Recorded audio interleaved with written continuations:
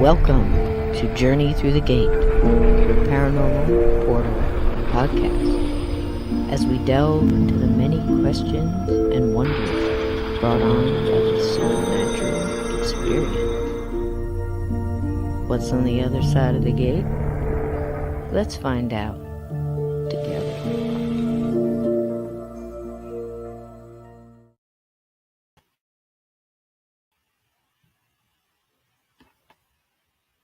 Hi, everybody. As you can see, I am in a different landing. I am actually in my bedroom and helping a very sick, very, very, very dear friend through a very hard time. So I don't want to bring you guys down, but I am going to ask for your love light, all the light you can send, all the prayers, good energy, healing energy, everything that you can send this way. And I'll tell you why. I thought about this all day. And, often one of the snags that we bump into when bad things happen in our life, or, say you really, really want that job and, you pray to whoever you pray to, your God, your source, your creator, or you know, you pray for your angels, your spirit guides, or whatever, to get that job for you. It's, I just really want that job. And then something happens and you don't get that job. And you think, okay, nobody's listening, nobody's helping me, those things don't work. My spirit guides are off duty, or my guardian angel isn't listening, or my loved ones are busy or don't care, or they're not there. We come up with all these reasons to squash our hope and squash what we know we can manifest, and what trusting in love energy and good friends, that care, the kind of friends that really feel bad when you're feeling bad, and not secretly happy that you're going through some shit. You know what I mean? And people that are really, really thrilled when something good happens to you, not secretly jealous of that. Friends, real family, real brethren, And we don't get that job that we prayed so hard for, that we thought was the best thing for us. And then maybe we find out a couple weeks later, a month later, or somewhere down the line, that was probably the greatest thing that ever happened to you. If you had gotten that job, this would have happened, and this would have happened. Seen future would have happened. And maybe you accidentally stumbled on something that was even better for you. So what is the moral to that? That I'm here to tell you that healing energy is real. Good thoughts and good vibes and good energy and healing energy and all of that is as real as I'm sitting here, that I'm touching my own hands. It's that real. It's just that we don't always know what's best. And some of those prayers, or what people think are unanswered prayers, or where, those things you asked for, you were told life's greatest blessings. Now, what do I mean by this? Tonight, when I'm asking you, yes, it is amazing, amazing stuff, Linda. And thank you guys for all the hearts and bacon and love. I knew I could count on you guys. So this is what's going on. If you do not know, and you weren't here last night, my best friend in the world, other than my sons and, my human friends, my best friend for a very, very long time has been Mr. Dickens McGee. And he is very sick right now. We are waiting for tests in the morning. And, but here's the good things that have come from this. One, he is right here next to me, and that's why I'm doing this show from here, because I will not leave him, you know. But I also would not leave this chat, because we don't just come on here when everything is good. We come on here when life is real and things are really happening to us. And I'm going to tell you right now that I am probably not at, even like 25% tonight. But I have good friends, and I wanted to be here for you guys tonight. And I reached out to a friend, Donny Cho, who's never let me down. And he asked me, "What are you doing Sunday?" And I said, "Honey, I can't even think. You know, I said, help me think. I can't just not do a show, no matter what's going on, because people in the chat count on that. You count on having a place to come in together, and you might be together in somebody else's, like last night in Steve's, which I missed because I was absolutely exhausted. I sent him something on that. Thank you, Glenn. And so here's the thing.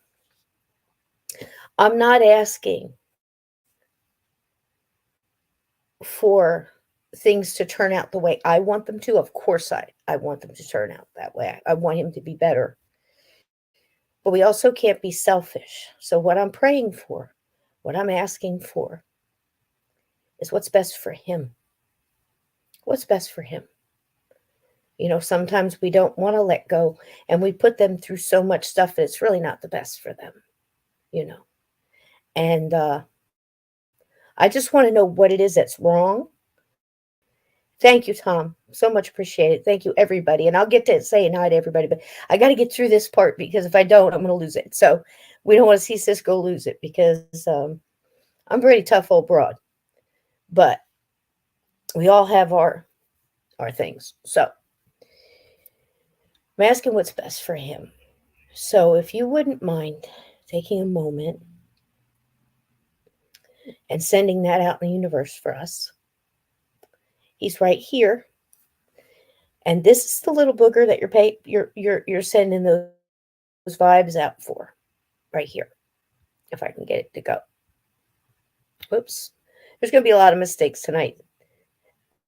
That's my baby. And he's the best buddy, the best friend, confidant, little sucker, spoiled rotten. This is my cat. You don't understand. He goes to the store. I go to the grocery store. I bring home a surprise. That's my baby. That's my Halloween booger right there. So that's who you're praying for, just so you can have a picture. And then there's one other thing, for those of you, and I know there's nobody in this chat that thinks this way, but if there's a listener or whatever, and they think, okay, well, it's just an animal, it's just a cat, it's whatever. Let me tell you something. This is who he's named after. No one is useless in this world who lightens the burdens of another. That's a light worker statement. That's a light grounder statement. And that's a statement from somebody who understood the unconditional love of an animal. That's my family. That's my baby. That's my buddy, my brother, my pal. If you knew the life this cat has had, it's absolutely to celebrate. But what I want is his pain to be gone.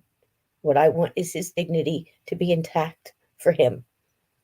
And when he reaches out and opens his eyes to see if I'm still here, I will be here. But I found a way to be here for him and for you. And now you guys are here for me. So let's please take a moment, and then we'll get started with our show. And I thank you for allowing me this time to say those things. And hopefully it reached out to someone who may have needed to hear it. Because like I said, I want what's best. And right now, what I'm praying for is the strength to get through whatever I need to do, the knowledge and the wisdom, what I can do to help him and ease his pain and make him better, or the strength to let him go. Because I know with all the love you guys are going to send, if he has to cross, he's going to go so fast across that bridge that all the other people on the other side will go, man, if nobody's ever come across so fast. We've been waiting for you. Well, you'll be right here until she comes. Because I got a lot of animals over there. And I've had many mediums come through and tell me that my mom keeps saying, quit sending me cats. It's a true story. And I'm like, sorry, Mom, you got to watch them till I get there. So for Mr. Dickens, for myself, and for anybody out there that needs healing tonight, needs love, needs guidance, needs to maybe ask a little differently or say things a little differently, try to manifest a little differently, because sometimes we just need to manifest what's best for us, what's best for our friends. Because I'll tell you right now, even though we think we know, a lot of times we don't. And that takes a lot of strength to get to that point to realize that. So I pray for that clarity for anybody out there that needs it. So let's just take a moment. Okay, here we go. This is all for you, buddy. You move that right over there to you, sweetheart. You feel that love? Do you feel that love? That's all for you, sweetheart. And you be okay, cool. He just stretched and lifted his head up and looked at me. Yeah, that was all for you. Did you feel that burst of love? That was from this wonderful live chat and all these wonderful people. That was from AJK. That was from Aunt Edna and Glenn Dennison and Uncommon Belief and Ann Palmer and Linda Lee. Hi, sweetie. Aunt Edna, Vixen Doe. Look at all these wonderful from Tom, Ann Palmer. Yeah. Where are you going? You're going to get up? From Jeanette, from Sapphire Elf. And if I missed anybody, please accept my apologies. It must be something in my eyes because I'm having a hard time seeing. And for Chris Jarvis and Sasha Bell. Hi, darling. Hi, everybody. And I'm sorry I didn't mean to bring you down. This would be a happy time of, yeah, he did feel it. He got up and he curled around. He's on an electric blanket, and I'm trying to get it to the right degree to where it's not so hot. Thank you, Chris Holmes, so much. Yo, Cisco. Hi, darling. Chris, it's so good to see you. Chris does a great show. Please catch him. I'm sorry my brain is all messed up right now, but great show. Good to see you, Chris. Missed you, buddy. And thank you to everybody that sent that love out. Yeah. So let's get Donnie in here, and I'm going to let him tell you a little bit about the show. And I'll tell you what, our friends don't just have four legs. Sometimes, every once in a while, they have two. And this is one of mine. Come on in here, Donnie. Hi. Hello. And you guys too. Donnie, thanks again for coming to my rescue. I can't tell you how many times. And oh gosh, Aunt Edna, thank you so much for that super sticker. Tonight, anything you send, I'm going to tell you what, if I need it, if there is some kind of meds that help them, I personally think it'd be herbs, but I need to know what it is. So I wanted to tell you this. Last week, Donnie, do you remember last week when I said, um, you have something in both eyes? Yeah, me too. But here's the deal. You give the love, you accept the love, and you keep doing it because, you know, I understand that people don't want to get another and give love to another pet because you're not replacing that pet. You never replace a pet, but you don't want to deny the love for other animals too. So, that's the thing. You've got pets that come through and they're one of a kind. There's never going to be another, but you have to give that other pet a chance to to show them how special they are, because they're just as individual as we are, you know. And thank you guys so much for those super chats. And I'll tell you what, if he needs medicine or anything like that, it'll go tonight's. We'll all go towards him. Okay, and thank you. And I will keep you guys posted. But last week, Donnie, we were talking about pennies from heaven and feathers and stuff, and Mhm. and also recognizing when we get those things. So as I opened up and I told you guys all that, I had to go to work, and I still hadn't known what to do with him. I knew there was something going on, and he's getting up there in age, and yeah, here we are. We're in Cisco's bedroom. That's right. And I kicked my husband. He's out in the living room. God bless him. Actually, he's playing keyboards with headphones, so he's having a good time out there. So, I was trying to get to work, and I was like just kind of shook up because I just when we went through a bunch of stuff here. Yesterday morning, I think it was either yesterday morning or Friday morning. I worked both days, but I had to go in and do a funeral for a family, and that's you got to be there for them too, you know. So I sat in the car and I put my hands on the steering wheel. And before I pulled off and I went into traffic, I said one of my little mantras, about, out to my spirit guides, to God, to everybody listening, my loved ones. I said, look, just give me the strength to get through what I need to get through and to be strong for him. And, give me wisdom and guidance and give me some signs if I need to do this or this. Please help me with that. And as I was sitting with my hands on the steering wheel, a feather, I'm not joking, a feather falls right on my lap. Now, I know where it came from because I have many gifted feathers all tucked in like a little pair of moccasins and a dream catcher that hangs from my rearview mirror. But those feathers have been in there for years, some of them 10 years.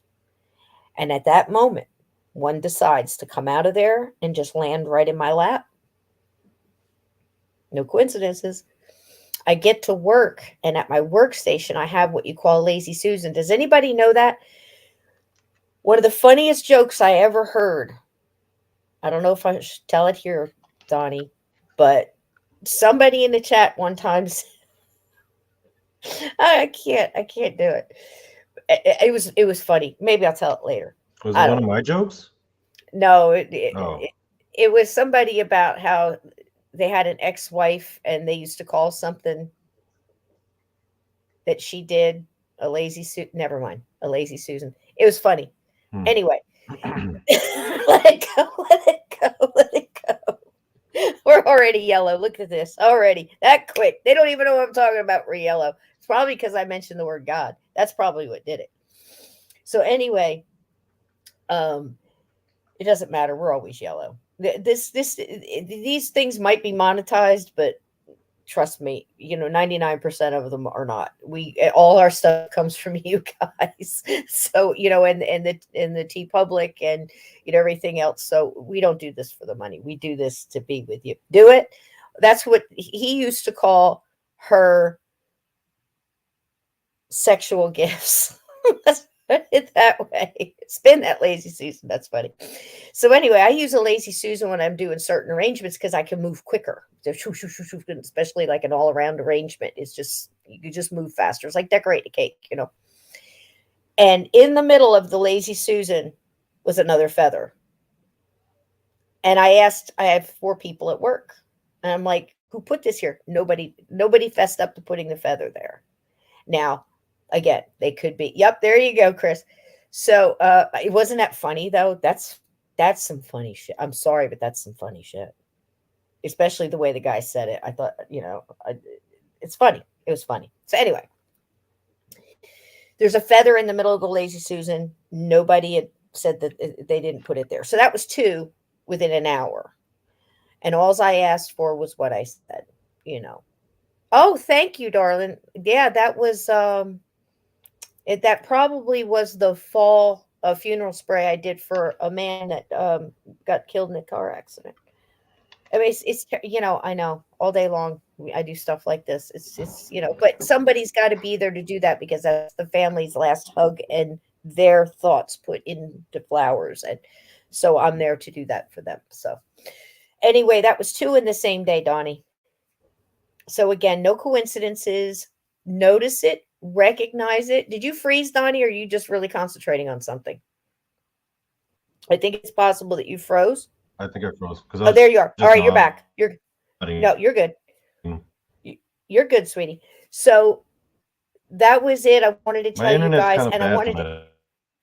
tonight. It's okay. Everybody's got storms and stuff like that. It's raining really bad here. It might be jiggly. I hope it's coming through clear. I know I'm not lit right. I have no fancy background. It's just my wall and my iron cross and my baby. Here's the baby. Here's the baby right there.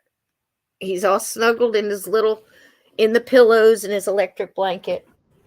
And he's right here within reaching distance. And that's where I'm going to stay tonight. So there you go. And thank you, Uncommon Belief, for dropping those PayPals and everything else. And the T Public, thank you guys. Last night, we had a good time. There was a couple people that said that they didn't feel like they belonged, which I thought was kind of funny. Yeah, he's a little squish kid. He's a baby. He's my buddy. He's go to bars with me. He had a little Harley t-shirt and stuff. He'd strut around, not afraid of nothing. Love people. He's just a terrific guy. He's a terrific guy. One hell of a life. And if we can, we're going to extend it as much as we can, but in his comfort with his needs in mind first and not ours. So there we go. Two feathers in one day. Did anybody get any feathers last week? Did anybody get any signs from spirit? Did you put it out there? Get signs all the time. We don't pay. That's right. That's it right there. We get signs all the time. We don't pay attention to them. Pay attention to them. Acknowledge them, even if you're not sure. What does it hurt to reach out? Go, thank you for that. I really needed that smile, or I needed that boost, or I needed that hug. You know.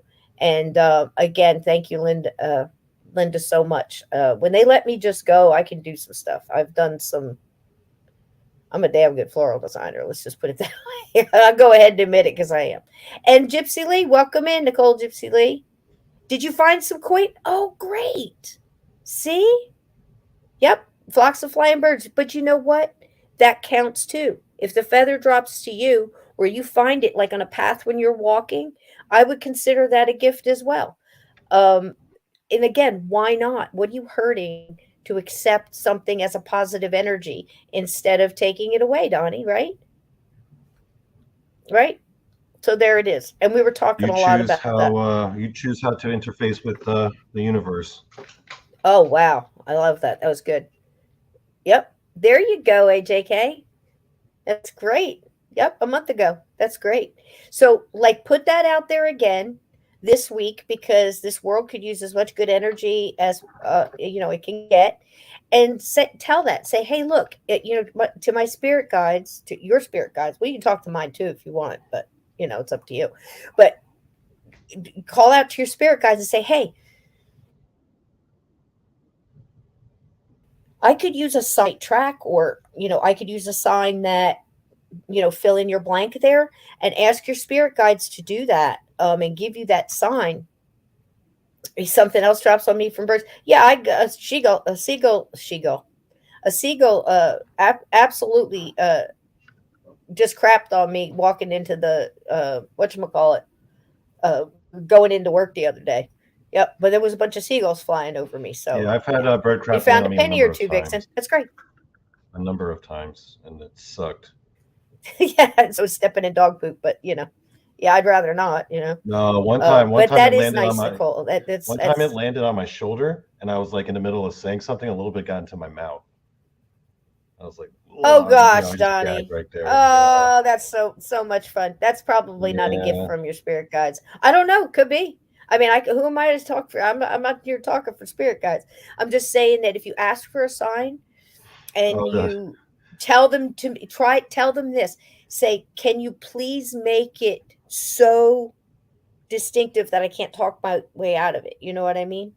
Yeah, it is different than a feather entry. So welcome to everybody everybody in here. I see a lot of new people in here. Welcome people that hadn't been here in a while in here. Thank you so much.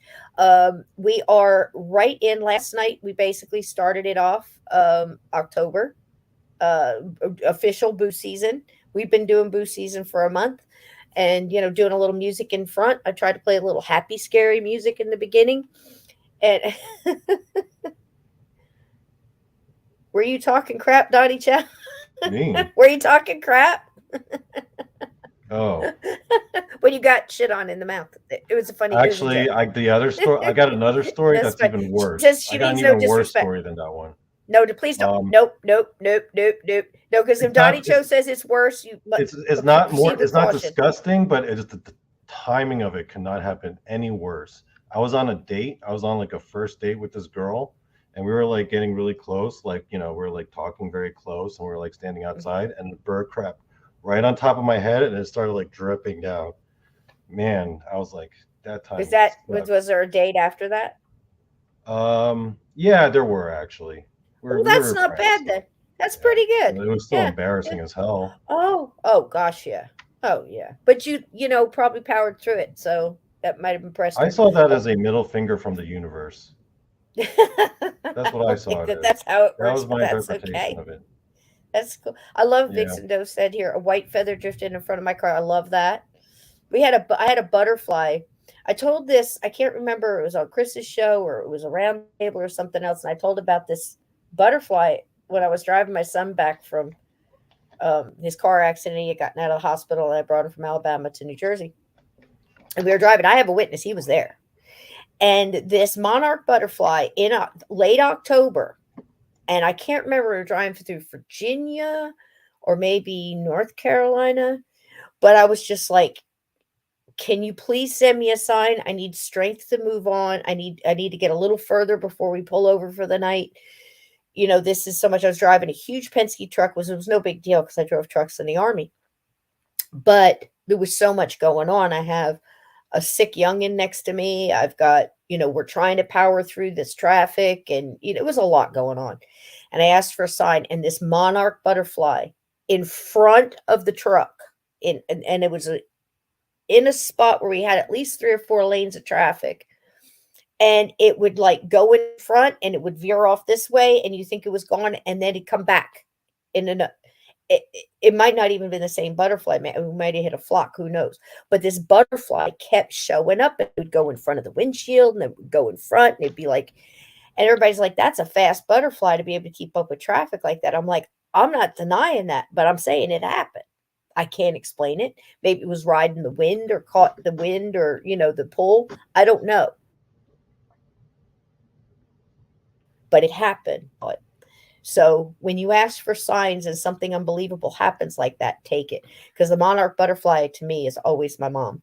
She's come in so many different times, and I'm like, okay, I see it. Thanks, mom. She's not the butterfly. I think she sends the butterflies. You see what I'm saying? Yeah, milkweed and butterfly weed. Yeah, yeah. So there's that. So signs. So again, everybody's going through something. Everybody needs a little hug. Everybody needs a little boost. Everybody needs, affirmation that they're in the right direction, or need to do this, or keep moving on, or, power through those issues that you're going through or whatever. Just keep your head straight and ask for guidance, from your spirit guides, and ask them to make it so you can't, deny it, make it obvious, if they could do that for you. And, yeah, I got you, Susan. I understand, baby. I mean, this one's got me through more things. I mean, I can't even. When I got I had 1, 2, 3. I had 4 teeth, 3 or 4 teeth. I can't remember pulled. After 1 or 2, you lose count. It's all at the same time. Just do it, get it done, power through. And I'm not big on pain meds and all that other stuff. Donnie can tell you, we've talked about this. And after I got all done, and I finally hit the bed, and thank God I had my son here, and he knew exactly what to do. He's fantastic. He learned from me. He's terrific at, healing and things. And the first one, as soon as I pulled the blanket up, here comes Mr. Dickens, walked right up, laid on my chest, and put his paw on my mouth and just looked at me. And I'm like, I know you know, buddy. I love you too. Thank you. and it's just like they absorb the stuff from you, you know what I mean, and replace the bad stuff with love. And so if you have something like that in your life, please cherish it. Please cherish it, and please be the best friend you can be to them. Okay. So what are we doing tonight, Donnie? Your suggestion was do do do do Scary do. movies, horror movies, because we were talking and I said, hey, this is the first show of October. Let's do something Halloweeny, right? Halloweeny. So I was thinking, let's just like have a fun, chill discussion about horror movies, which ones we liked. I was Hmm. thinking like talking about which ones in our lives personally I'm here. scared us the most, you know, have a I liked that conversation idea about too. that. Which horror movie disturbed you the most? That's another question that we should all ask each other. It would be like a fun little just discussion I'm circle. staying here. I just have to reach for something. Go ahead, keep Um, going, Donnie. and then Cisco had this idea of getting a movie loaded, and I'm like, yo, that's you get the whole movie up there like that? Oh man, we could just do that. Yeah, So, I've been working on one for, oh gosh, about 9 weeks to get permission to be able to show it. You got to run it through a couple of things and, see if, I'm with you, Susan. I absolutely do. And again, I apologize about the emails. I don't know what happened. Here's the thing, guys. If you ever send me an email, first one, no, I'm an absolute technical idiot. If you can't tell by my openings, I know you're laughing at me, and that's fine. Just laugh with me because I'm laughing my ass off when I'm doing stuff. I don't take mistakes as, oh gosh, I get embarrassed. I could, I'm up here trying, and I want to do something different and new. So I'm like, you know what? I'm going to try it. Let's see how that works out. And you try to do, and that's fine. And if it makes you laugh, all the better, because that's what we're here to do. We're here to get each other through stuff and laugh. And yeah, God bless spell check right in. And my phone, I'm going to tell you right now, my phone has so had it with me because it takes me after I get a new phone, because you know how like your phones go bad. It's a system. How do we even have these things? I don't know. A quarter of my shoe used to be fine, and now I got to have this computer all the time. It's crazy, but yeah. And then so, but you don't quit trying. You keep doing it. You know what I mean? That can be very hard. So, and I always do things the hard way because I don't know the easy ways. I figure it out and I go through the back door or something. So, but anyway, so what the hell was I talking about? Movies, the tech, um, putting up stuff and laughing, making mistakes. I don't know. I lost my train of thought. I'm a mess and I'm going to be a mess all night, but we're here together and we're going to get each other through this. So again, Donnie said this idea. I love the idea. Um, I'd like to open up with it, Donnie, talking about some of the ones that you sent me because it seemed familiar, but I couldn't pinpoint it. And I got some slides. You want me to do that now? yeah, you can if you want. Oh, yeah. Okay. Yeah. And I just remembered. So I Yeah, none had of it. to run the movie through. So what happens if something is like, I don't know if you guys know about copyright. So if something is 25 years old, like say song, all right, let's take like Aerosmith and AC/DC in the 70s, for instance. So if you notice, like after 25 years, all of a sudden you start hearing all these commercials using like Thunderstruck and, AC/DC songs or Aerosmith songs or whatever. As soon as they get about 26 years old, if they don't jump that, go ahead and renew the copyrights, it becomes legal to use in certain licenses. Okay. And I know that because I'm in music too, music and stuff too. So I'll be right back. but they still have to go ahead. And they still have to pay for the right to use it. Don't get me wrong. Okay. So now there's another one that if it's an older movie or an older audio book or a poetry or something along those lines, it'll go into this thing basically. Let's just call it public domain. And this is by no means legal advice. I'm just explaining. Hello, Fast. Welcome in. So, some things you would that you can show. You could talk to Steve about this because Steve used to show movies and stuff. Remember, he would show like an old movie for Sunday movie to get together or whatever. The Changeling with Georgie Scott. Oh, that was one of the. Yeah, that was a rough one, Vixen. Yep, that stuck with me too. Yep, yep, yep. And so anyway, a lot of these different movies that I have mentioned to you guys that meant something to me when I was growing up or that I remembered, I was going back and checking. And one of them was what we played last year. I think it was around maybe Christmas time. Steve said, "You're not going to believe this. I ran this through the system." And that's how we got to play the time of their life. Abbott and Costello. Remember we did that one? And it's a great movie. Great movie. A movie, a ghost movie that really got it right. Sorry, I'm up and down. I had to move my leg. I'm old. Everything's falling asleep. So I took this one movie, so I'm going to leave it as a surprise, and we're going to watch it together. I've got my bowl of popcorn. I've got my no stress tea. I think that's broken because this is my 8th cup, and it hasn't put a dent in the stress yet. But so anyway, if you have snacks, you want to go get your snacks now. This is a good time. I want to wait till Donnie comes back and show some of the movies and TV shows. One of them, I believe, was a TV show. Maybe 2 of them. And that's what we're talking about tonight. So if there was a TV show that used to get Serpent in the Rainbow, wow, that's a good one. I'm going to put some of these up. Let's see. And if I didn't say hi to you guys, I promise if I missed somebody. Hey, Jose, how you doing, love? Welcome, welcome, welcome.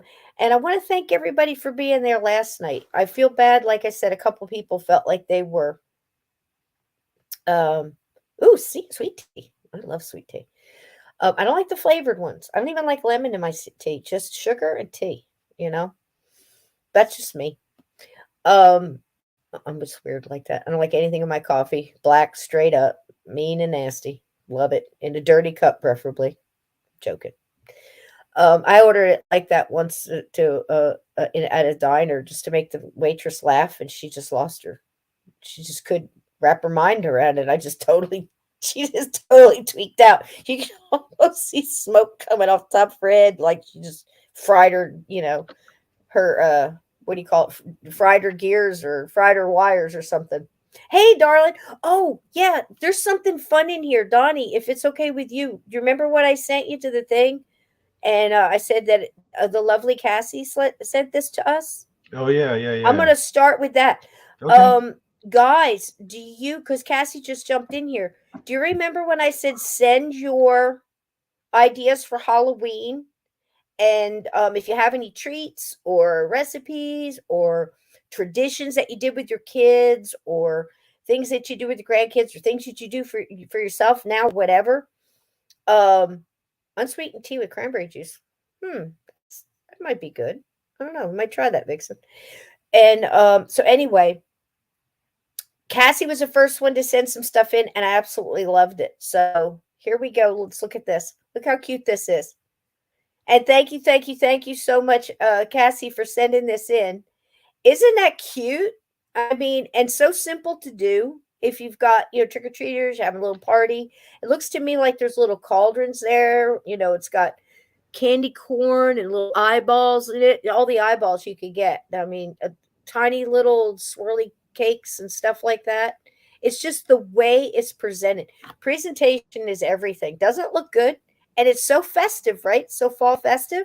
Here's another one. Look at that one. Again, It's just very cheap. colorful. Isn't it? It's Yeah. little donuts and little, just picky things. They got some stuff standing in the, hey, Big Cole, little, standing in the cup there. It's presentation. It's absolutely adorable. Look at this one. Spelled out spooky with the letters, got the rubber spiders going on, and it's just lovely, put together. Probably got some I saw pumpkin peeps. Yep. You like candy corn, Jose? You can have all of mine, sweetheart. From this Halloween on, you can have all my candy corn. Scares the shit out of me. Look at the little ghost pretzels. Come on, tell me that's not an adorable idea. Look at that. Look at this. Look at the marshmallow dip spiders with the pretzel legs. Cute, right? Isn't that cute? I love it. Yep. A lot of this stuff you get at the dollar store. Look at all these little hands and the little pumpkins with the lids and stuff, little eyeballs, all that stuff you get at dollar store. So if things are tight, you can still have a festive time and use your imagination and put stuff together. And I just love it. See those little claw arms that up at the top corner, Donnie, that little skeleton hand? Yeah. That's a Dollar Tree special right there. It's Hmm. adorable. They even have them where you can pick up your salad with them, like skeletal hand tongs. Okay. Well, I'm sorry, $1.25 now. So there you go. I saw it on Facebook and had to send you. I love it. Send them in, and we'll share them on these shows and get these ideas out because if you, hey Salvador, welcome in. If you've got stuff like this in your cabinet, you could put something similar like this together. It's just an idea to get your creative juices flowing, and even if it's just you and you're going to watch a scary movie and give candy out to trick-or-treaters and you want to treat yourself, you're worth it. Do it for you. Who says you can't do something like this? Now here comes some of your slides, Donnie. Oh yeah. And hang on one second, let me take it down. I'll start at the beginning. Go ahead. I'm going to find your So first one. I was Okay. just thinking about the scariest TV show I ever watched, Mm-hmm. and because I don't watch too many scary TV shows, Right. but growing up, one of the scariest ones was Tales from the Crypt, and I think the scariest episode, and I was probably like, I think I was in middle school when I saw these. Was this episode? It was starring Morton Downey Jr. As this like TV personality, Mm-hmm. and he goes into this haunted house with a camera crew, like live tonight on prime time. We take our crews inside a haunted house, right? And this guy's like, talking shit about ghosts, and he's like, trying to make it all look fake and everything. And then by the end of the episode, he and the whole crew wind up killed. Um, Oh and wow. that was a pretty frightening episode. I bet. Um, Did you see this yeah. from Uncommon Belief? That's funny. Did you see that, Donnie? You want to read it? Blind taste test studies showed that 70% of people couldn't tell the difference between candy corn and an orange crayon. Is that true? I've never tried an orange crayon though. You know what? I believe it. Hmm. I'm just saying. And thank you so much, Big Cole. And thank you so much. And that, like I said in the beginning, if Well, it's okay with wouldn't you, all we're going to crayons use it to taste the help. same though? I don't know. Yeah. My oldest son came home one time and said that a kid ate a purple crayon and said it tastes like purple. I Huh. don't know. It's funny. But yep, Downey Jr. Yep. Downey Jr. Yep. And I remember his show. Now Yeah. he was a TV host, but what was the premise to the story? Do you remember Oh, that he was involved yeah. in? Because This some of this episode? looked familiar. What is that? Oh, this is the other Hmm. scary episode. It's basically about like this hotshot celebrity child psychologist who gets called into this woman Okay. who's like the who's got the worst child ever because so many other counselors and child psychologists like try to help this kid and they go missing.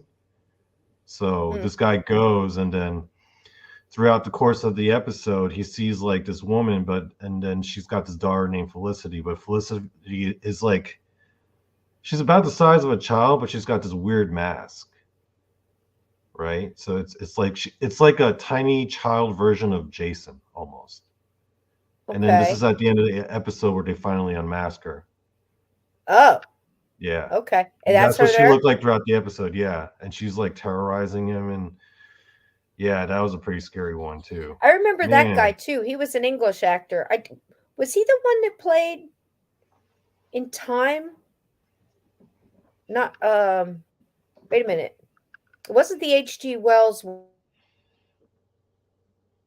one with the Hmm. time machine, was it? Was he in that one? I don't know, I don't guys. Do you know. recognize I this wouldn't guy? know. Hmm. We used to eat paste and smell mimeograph papers too. That's true, Glenn. I remember that stuff when we got handed those dittos. Oh, the whole class would go.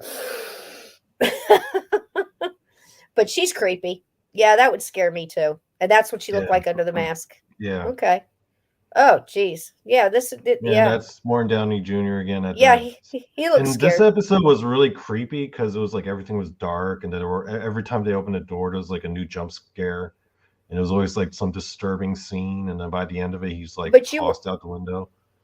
oh, you were young too though, weren't you? Uh, like middle school, like 12, Yeah. 13, I Now, do think. you guys remember that when you were younger, those, movies that, like your parents or something said that, was too scary to watch?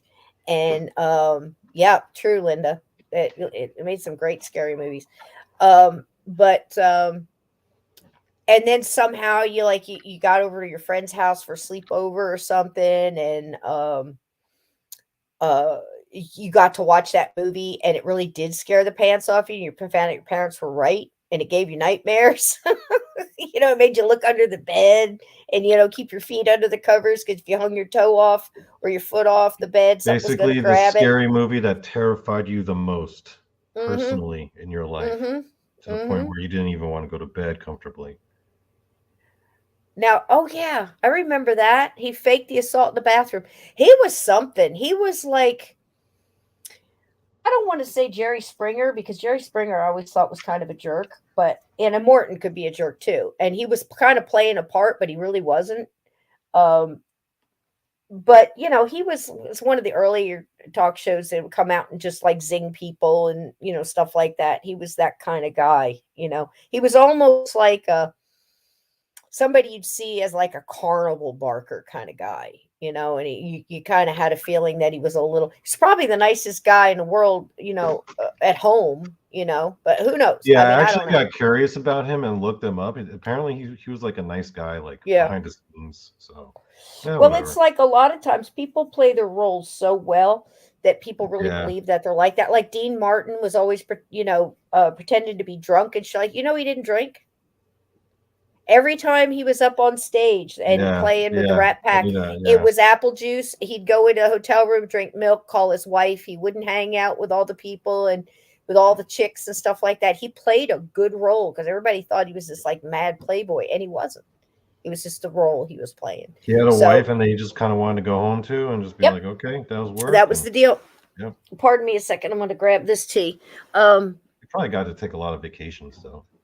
yeah, I mean, it's just, and kids today don't realize that a lot of these people now today again, Cisco said it before and Cisco will say it again. We have to stop making stupid people famous. So a lot of it's just all smoke and mirrors, and then we've got our kids that are trying to be like those people. And for me personally, I think kids should aspire to real heroes, like maybe their mom that goes to work 9 to 5 to buy them clothes and help them when they're sick. That's a hero. A dad that gets up against great odds and goes to work every day and puts a roof over their head. That's a hero. Somebody who mentors you and tries to get you out of a bad situation and teach you how to be the best you. That could be a good mentor to follow. But not somebody that's bouncing a ball around. It's basically a kid's game and making multi-million dollars, in sales for sneakers that are made in slave factories doesn't seem to be a hero to me. You know, Supply and there's demand. there's a Supply and lot of demand. them out there. There's a lot Yeah. of good people out there. Be careful who you pick to be your mentor or your hero. You know, because it's so much of a smoke and mirrors. It's just not real. Pick real people. You know. So there you go. Start with animals because they can be real heroes too. I know a few. You know.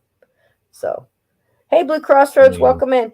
most of my personal heroes are fictional anyway. Yeah, Yeah, avatars. yeah. Like the Was Incredible Hulk was my personal hero for a long time. it I was like, "You go, really? Bruce Banner. I believe in I you." liked I liked Bruce Banner, but I liked the old Hulk. He really didn't want to be angry. He was a great guy. I forget what's his name, Bill Bixby. Was that it? Bill Bixby. Yeah, Yeah, that yeah, played him, and he also yeah. played the courtship of Eddie's father. He played a great guy there. And Oh, oh, what was the neighbor's name? Uncle Eddie? Was it Uncle Eddie? He was so can cool.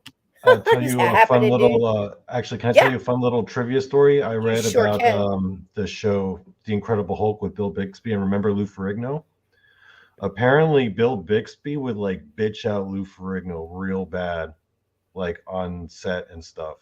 Like he would like Oh, really? berate him, and not Really? So he often, wasn't a nice guy? not often. No, It wasn't like that's that. He sick. wasn't doing that all the time, but you could tell in their dynamic. Like a couple times, he was like stressed out, and he Mhm. just like berated him in front of the entire like crew. And then Lou Ferrigno was like all sad. He's like, "Oh, I don't know what to do." Yeah, it's Yeah. terrible.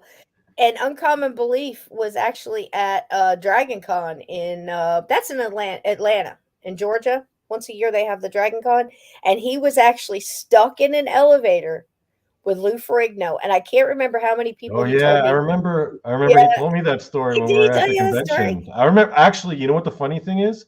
When he told me the story, we were both walking into the elevator. I was Oh, like, that "Oh, what really? a fitting story." That is a good story. And he got stuck. No, Yeah. but I'm like, all right, who was the first one to look at him and say, "Let me put my feather up so I don't lose it." I'm telling you guys, I don't make this stuff up. I wouldn't. Can you imagine coming on here and lying to an uncounted amount of people and putting it out there for posterity and all? Mhm. Why would I do that? What kind of energy would that cause? I, shit, I don't want. You know what I mean? So I'm telling you the truth. Two feathers, one day, all within 45 minutes of each other. You got to notice stuff like that. Please do it for yourself too, because I care about you guys. But yeah, so if you're stuck in an elevator with Lou Ferrigno and everything's quiet because everybody's like getting nervous and everybody start breathing a little faster, you know what I mean? It's like, and you start calculating for people, oxygen, how much oxygen, and all this stuff is going through. What if the cable breaks? We fall. How far up are we? All those things go through your head. I said, who was the first person to say, please don't Hulk out, man? And he said, nobody said shit. Nobody said anything. I'm like, how could you miss that opportunity? He said everybody was nervous and it was just a lot of nervous, energy. And nobody said anything until the elevator started moving again. Mhm. And then they just got out. What a missed opportunity. I just said it, you know. But then again, I mean, I mean, you'd almost have to, wouldn't you? Yeah. I Please mean, don't Hulk out, man. Yeah, I think he's also hard of hearing, isn't he? yeah. No, Or I think something he's about like that. partially deaf or deaf. Yeah, I You know, the think funny so. thing is, God I bless him. actually met Arnold Schwarzenegger at an airport. I said Arnold. hi to him. Arnold. Yeah. I was like, "Oh, hey, I love your movies, man." And he just turned around and shook my hand. I was like, "Yeah, Oh, how nice. yeah." Oh, good for him. It was so random too. I was like walking around a corner, and then bam, like he was just on the way, and I was like, "Oh, no, no." Actually, he was just like coming out of the car. Oh, you froze again, Like, sweetie. Nope, there oh, you are. You're back. like I turned a Hmm. corner outside the airport, No, and you're back. he was just getting out of the car, and then there he was, and I was like, "Holy crap, that's Arnold Schwarzenegger." Seemed like a nice Ah, guy. wow. Yeah, I bumped into a lot of people. I always tried to not be to fan out or something. You know what I mean? Like, you try to find that fine line between I'm really it's cool to see this person, and but most of the people I bumped into was like, you know. What was the hardest you've ever fanned out? Meeting bumping into someone where you're like, oh my god. Oh my god, I can't believe I'm seeing this person. Hold on, let me think. Trying to find a time I did that.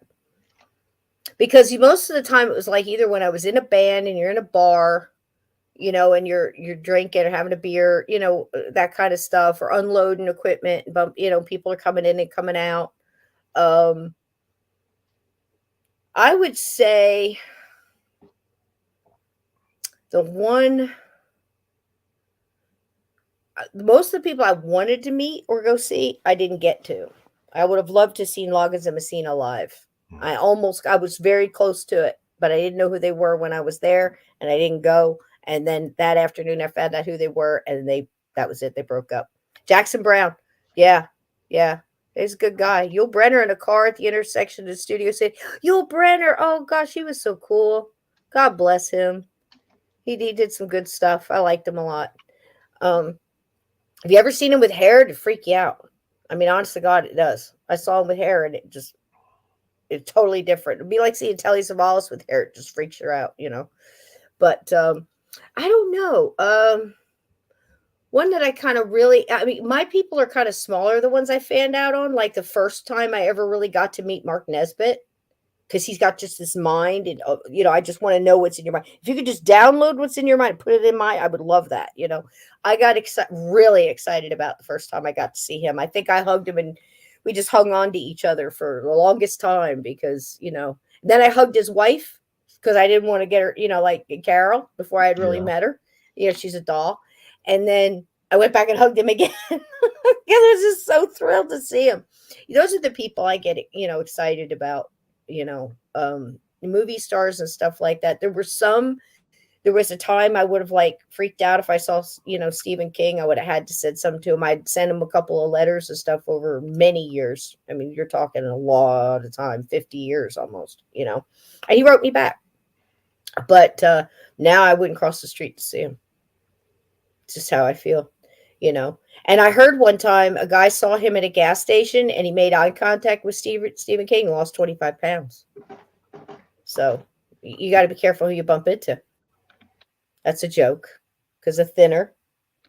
Never mind. Never mind. It's a bad joke. I I thought it think the was funny. hardest I've ever fanned out in my life was when I met the guy from the first Fast and the Furious movie, the Asian villain. He was like this Oh, Korean really? dude, and I Yeah. met. He was at like this. It was like the Korean American Student Association for my college, and they were having like this big party. And I was like, Mhm. well, I'm gonna go try to meet girls. And Thank you, there Hannah. he was at the party, and I was like, holy crap, that's the guy from Fast and Furious. And I was just like Wow. standing there in awe and being like, Yeah. dang, he's a handsome man. He's a handsome man. Yeah, and I was Yeah. just like, wow. Yeah. I couldn't focus And on anything else. I was like, I man, think too,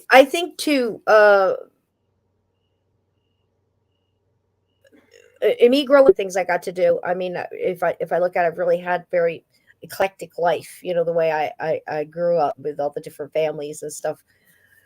Um, I did get to meet some people that I was just in awe. Like not in awe, but more like, oh wow, they look so different in real life. Or, you meet that person. I was one of those kids who found out that the cool clown that did the kids show was really a drunk and an ass. You know what I mean? So I found that out at a really young age. It was very sad for me. So I just stopped. I kind of lowered my expectations of human. I knew human beings could be really crappy, and then I started trying to focus on the smaller group of, well, the less lifted group of people that were really kind, because you don't hear much about that kind of stuff, the unsung heroes, and like we were talking about in the beginning and stuff like that. So I it, didn't get crazy with it. It's kind of like dating. If you have those people that you've seen in life that, in times of your life where you go, oh man, that's the guy I want to. I had 5 of those. um, I wound up dating 3 of them. All 3 were disappointments. So I never even attempted the other 2 because I just figured that was going to be. You just kind of lower your expectations. And really, is it their fault? They were always that person. You just expected too much from them, something that they weren't. You had them painted in a different light. It's not their fault that you thought more of them than they were. It's just you have to go at things differently, I think. And I think that as far as musical people, there's been a lot of musical people I've met that I really respected. Um, but again, I did a lot of backstage stuff, not that kind of backstage stuff. Never. I was just one of those people that like knew the roadies or knew something else. And I was back there drinking Jack or whatever, partying. Not that kind of partying. There's plenty of girls that did that, but I wasn't one of them. And I got to sit with them, and again, you find out that God, what a jerk. I mean, there were some people now that have left us that were excellent guitar players. If I said it, you would know, but they're past, and I don't want to, speak ill of the dead. Lord knows I don't want to be cursed and call them in here, but some of those people were absolute pure assholes, you know, and and it wasn't just a bad moment that you caught. They were just, and then after that, once you learn that, the music just doesn't sound the same. So I kind of learned not to dig into that stuff. It's like now I don't want to hear anything about stars or what they're doing because I can't even watch their movies. It ruins the whole thing. Do you see what I'm saying? I'm looking at this guy and I can't move past the fact that I know he's a jerk or I know he's this or that, or her, and it just ruins it. So that kind of magical illusion is gone. I just want to see a good movie that has a good storyline that doesn't insult my intelligence, that obviously the writer knew about the subject. And if it's something that's brand new, like say a fantasy thing, like say, let's just say like Avatar, you go in with like less expectations. It's like when you read the book first. If you read the book and here comes the movie, you better expect to be disappointed because it's almost impossible to get a good story into a movie with all those production hands in it. You got your director and how the actors are going to do whatever. I think it's rare, to get a good adaptation of a movie, a book into a movie. Um, most of them are disappointing. Like in Stephen King, I believe there was one on the other night, Night Flyer. That was a good movie based on a good story. I mean, that story blew my mind. Have you seen Night Flyer, Donnie? That's one that fits our thing tonight.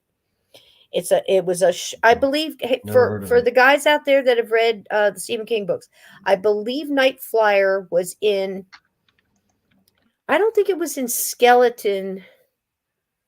What was the name of that book? I can't remember. But there's certain books that King put out through the years that were collections. One was like Four Seasons or something. It had four stories in it. Another one had some other short stories in it, and I believe this was in one of those collections. Yep, they're better, AJK. I agree because he very good at it. Was recently he's kind of dropped the ball a little because the last three were kind of. But then again, that might be my own looking at things differently now. But the the adaptation from the Night Flyer story to the Night Flyer movie, and it's a short movie. It was really good. Yep, Dead Zone was a good book. The series or I whatever the never heck got that to was they read did Dead Zone. was terrible. Never got around to that one. To me, it was terrible. The best ones, Night Flyer was good. The best one was Stand By Me, and that was based on a story called The Body. Excellent, excellent movie.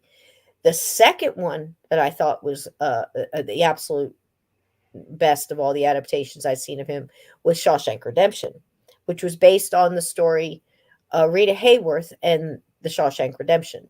So there you go. And neither one of them were really scary. They were more about the breakdown of human character or the building of human character and being in a situation. Green Mile wasn't bad either. That's Yeah, what I wrote him I have when to Green Mile. I have to throw in my 2 cents on this, Cisco. My Yes, please favorite do. Stephen King movie, for me personally, was the original It. You know what? Not bad. It was not bad. And I gotta say I liked I it better liked than the it. second one. I I did liked too. it, I and did too. I it liked scared the it. bejesus That's out of me cute. the first time. Yeah, Scared the yeah, bejesus out of me. yeah. And in that, it was so good because when I read that book, I was about 8 months pregnant with my first son. And my first husband had gone out for our anniversary, and he was a funny guy. And he place that still sold taco Doritos. And for our anniversary, he must have bought me like 60 because we couldn't get it anywhere in Alabama. You couldn't get it. Maybe New York and other places you could get taco flavored Doritos. It was my absolute favorite.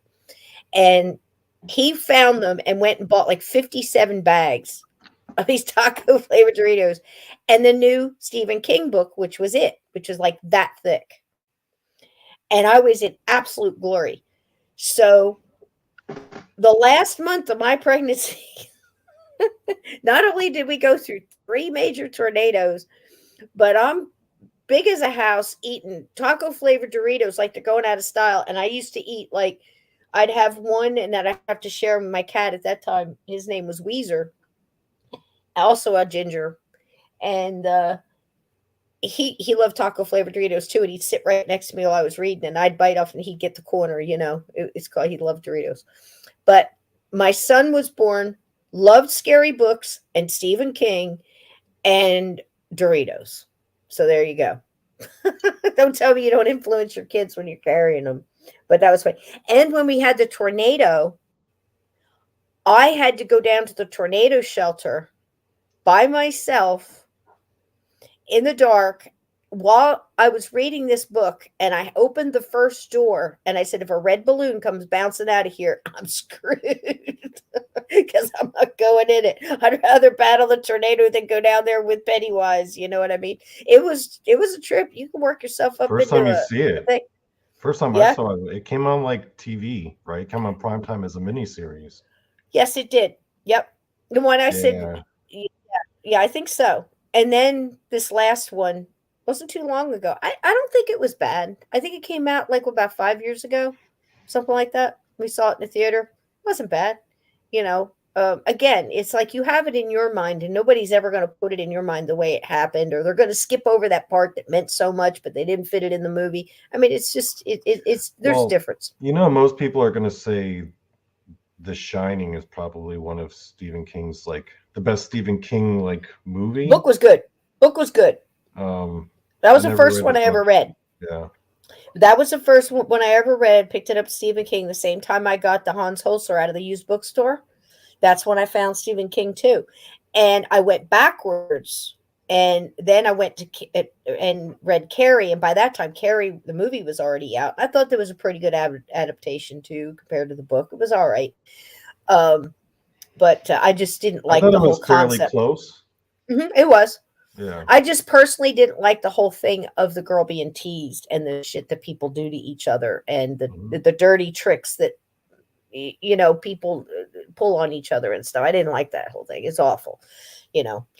I thought they had what was coming to them, but that was just me. When you dig around in that, it's kind of like those. I was just talking about this the other day when those shows started coming out, and I forget what they were called, like the Fear Jumpers. Oh shoot, chat, you're gonna have to The help me out. Stand miniseries was one of my all-time favorites. Remember that The- one? oh yeah. That was not bad. I like Again, that one. book was better because I was home from school when I was reading that book for a week with the flu. You can't beat it because it scared the crap out of me, but I finished it. But yeah, I was in high school when I read that one. But yeah, I mean, it's just you're going to be hard pressed to find, something you're happy with, like a movie that comes out for a book, because you're also going through what you're going through. To me, books were best friends. Yeah. Even when I was a dropped under the seat, because you never know if you're a VIP driver, you don't know where you're going to. You're told, and you don't know how long you're going to be there when you get there, and then you've got to just sit in the car and wait till they're ready to come out. So I always had like stuff stuffed under the seat, like crackers and peanut butter crackers and a can of Coke or something, because you're a soldier. They don't give a shit how long you're sitting out there. I could have been out there for hours, or whatever until it's time to go. And I always had a book, and so the books keep you company and take you away. You can escape and go away and go into another world that if you've got. Yeah, I've read my fair share. I've definitely read my fair share.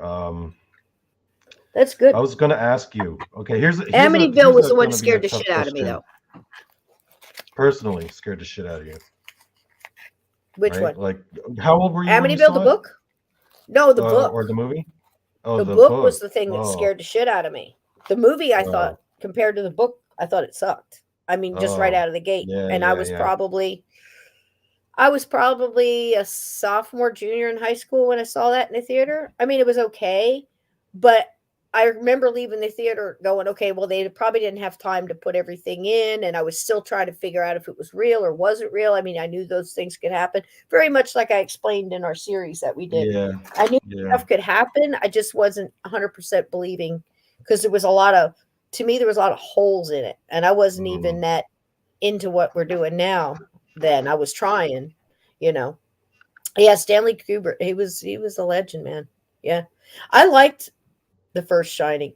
But the reason King said he didn't like The Shining was it was because it was supposed to be the gradual decline of the father role. Okay.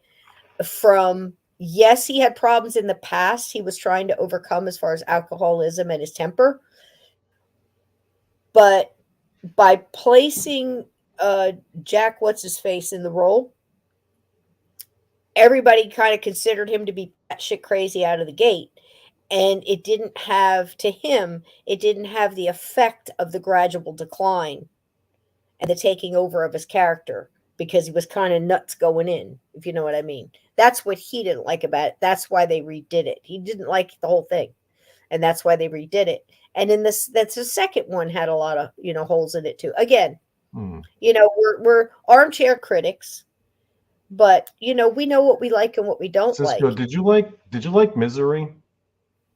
Yes, I had to say that was well put together all the way through. And I'm not even a James Caan fan. I Hmm. really disliked him for some reason. Hmm. I don't know. I think it was something about that arrogant kind of thing. I don't know. But Always that's kind of why he's turned me. perfect for that role, because he's Yeah. supposed to start off as an arrogant writer, right? Hmm. Yeah, he was perfect in the role. The movie was Man. absolutely well done, I thought. And Kathy Bates in that movie, oh man. Perfect for the I role. used to I used to get Perfect. yeah, that Hmm. that movie kind of disturbed me. I was pretty young when I saw that. I was like, oh, that's disturbing. It was Um, so good. It was so good, wasn't it, Ananda? I mean, she was just, what was she used to call, Duty Bird and this and that. I mean, she was really. Do you like James Caan? I don't know. There was just something about him. You know what I mean? I can see why people like him. I liked his son too, Scott. You know, um, but there was something about James Caan.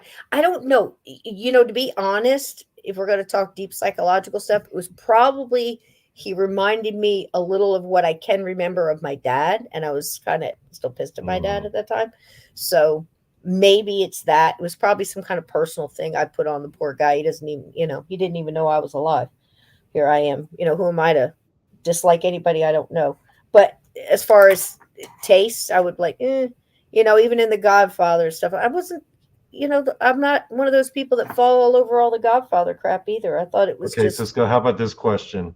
What, in your opinion, was the worst Stephen King based movie of all time? The well, worst movie. that's a big question. Okay. The worst one adaptation of, Or just the worst movie oh gosh, there's with Stephen King attached to it? so many, so many. Pet Cemetery came out pretty good. That was all right. I enjoyed that, but most of it was because Fred Gwynn really did very well. I didn't Mm-hmm. like the mom. She creeped me out, but maybe that's what it's supposed to do. Um, the worst, gosh, I've probably put it out of my mind. I think one of the biggest disappointments was probably for me, believe it or not, was probably Oh, The Shining. Glendanis and the Langoliers. I remember that. I Oh saw that yeah, on that. TV. That Oh sucked. God, Glenn, good Oh pick. man, that one Oh, sucked. I oh remember feeling God, so like, oh man, my the night's dig, ruined. the digging, and their teeth are falling out, and the oh, remember Ugh. Tommy Knockers? Tommy Yeah, Knockers, that Tommy was Knockers. crazy. That was crazy. Those things that would come in and just eat things, and it was eating AJK the. says Tommy Knockers was the worst. Yeah, yeah, that You was know pretty what bad I too. think is the worst? Because but I haven't seen it, but Both based of off those what were I heard shitty. was the Dark Towers movie. The Mm. Idris Elba one. I heard that one was See, like the worst. I I haven't seen it. can't even I can't Matthew even comment McConaughey. because I could not get through those books. My older son loves them and totally got it.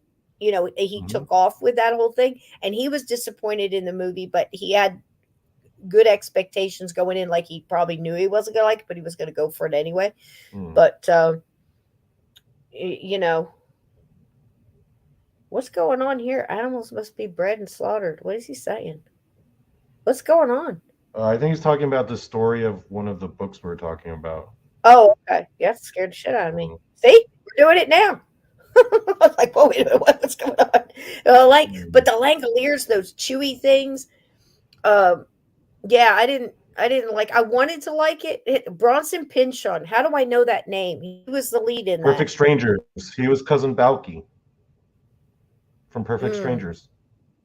You The Haunting. Okay, here we go. Blue Crossroads is the saying The Haunting, haunting 1966, most disturbing.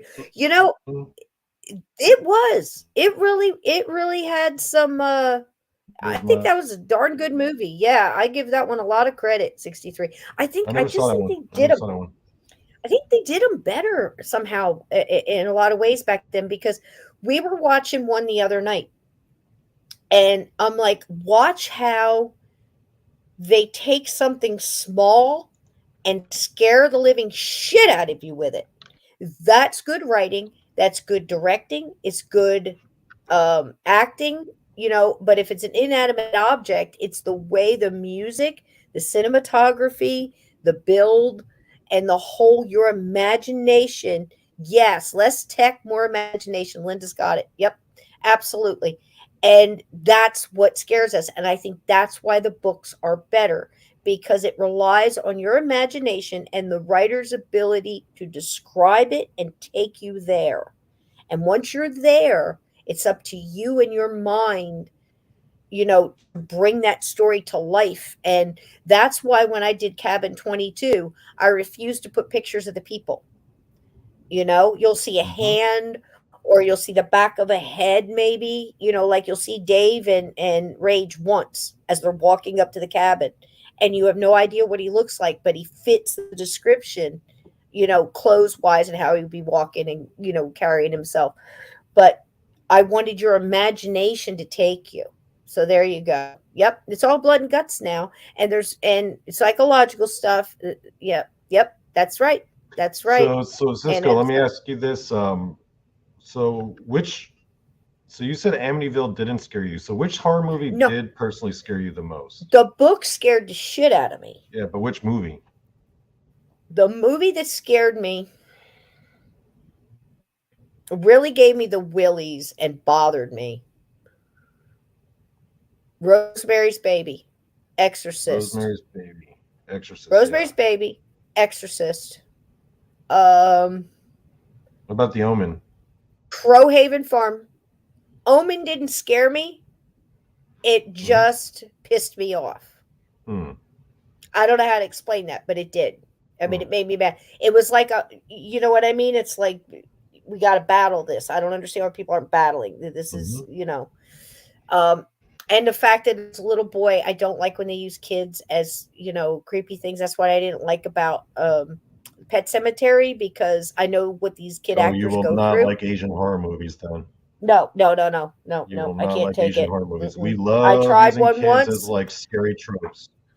I watched once and I'm like, ooh, guys, man, that's just a whole nother level. I don't even touch. Um, yeah, torture porn, like American Horror Story. I called it horror porn. Like I can't believe you're letting kids watch this. And then I got people who will look at it and go, I just loved it, and I'm like, I Japanese can't. horror is like Can you? scary on another level. Like I don't even touch.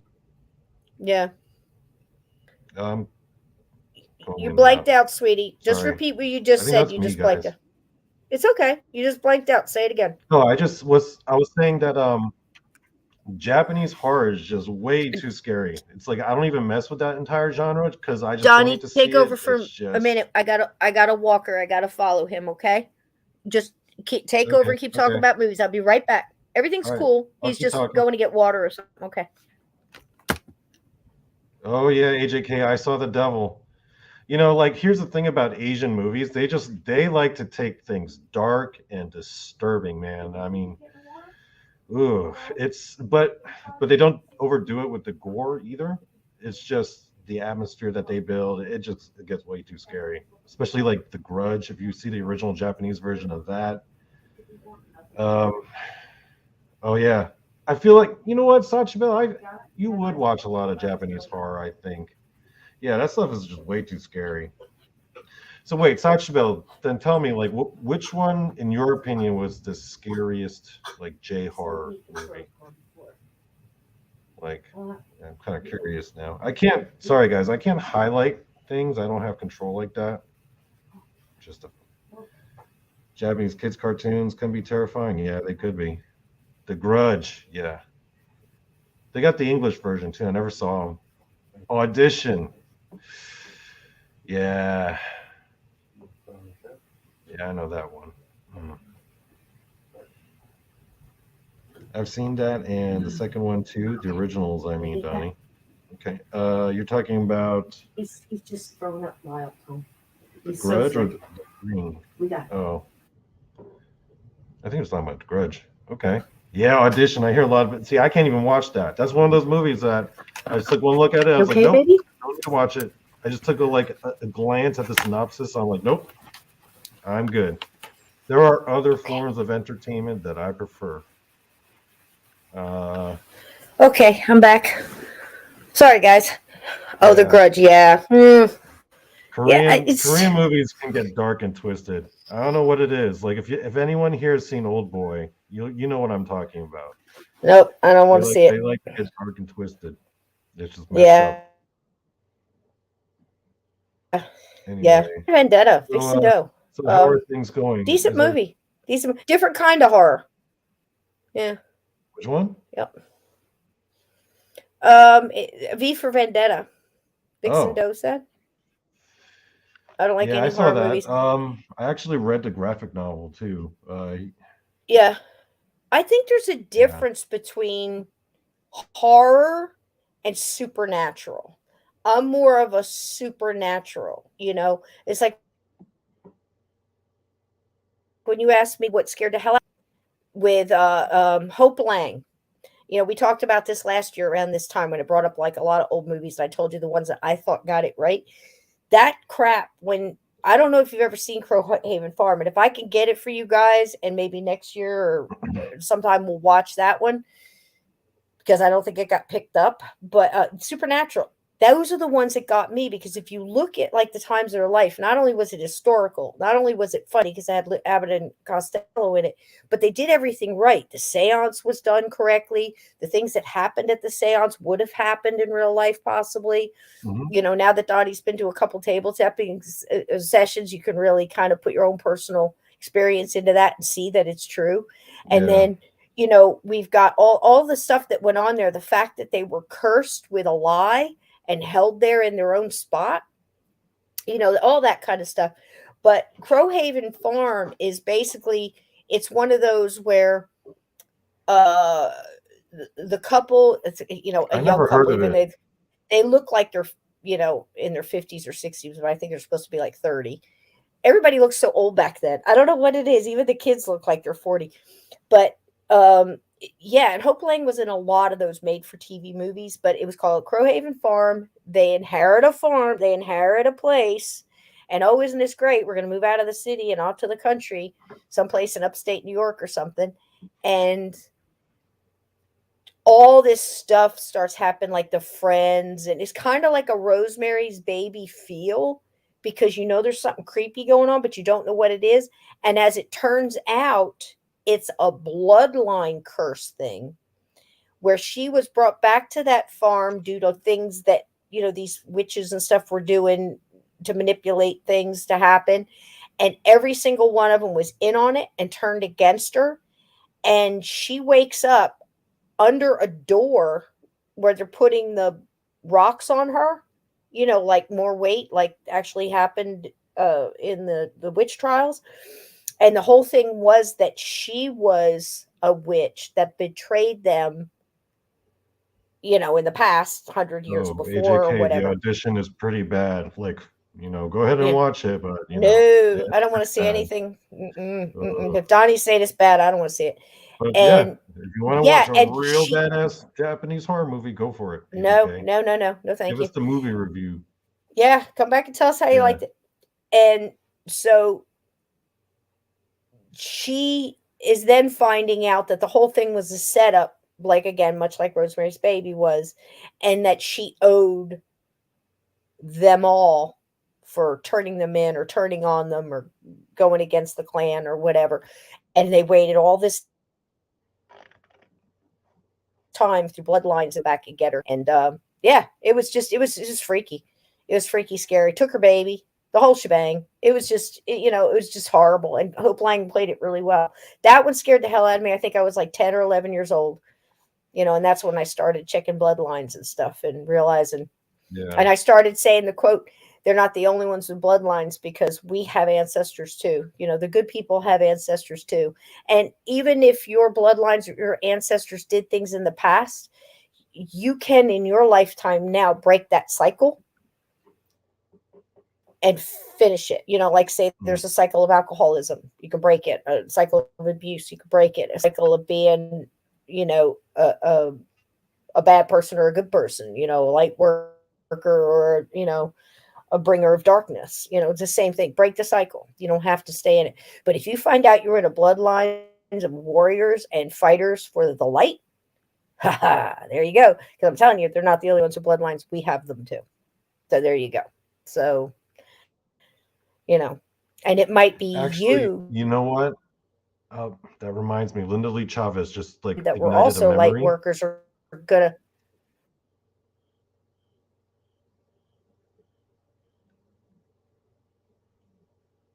Oh, Uh-oh, am I I've got a frozen? storm here, guys. So if anything happens, I'm getting a warning on my thing. Yeah, we're getting the remnants of Ian here in New Jersey tonight. So we're getting high Yeah, winds and everything else. So we're something getting some of that happens, here too. just be patient and wait. And as soon as it can go, yeah, you're not far from me. As come back on, we'll come back on. Don't come back on, we'll finish tomorrow night. I know Steve's not feeling well. I saw him last night, and I know Sandy, Hmm. God bless her. I think it was onions or something she was so upset, girl.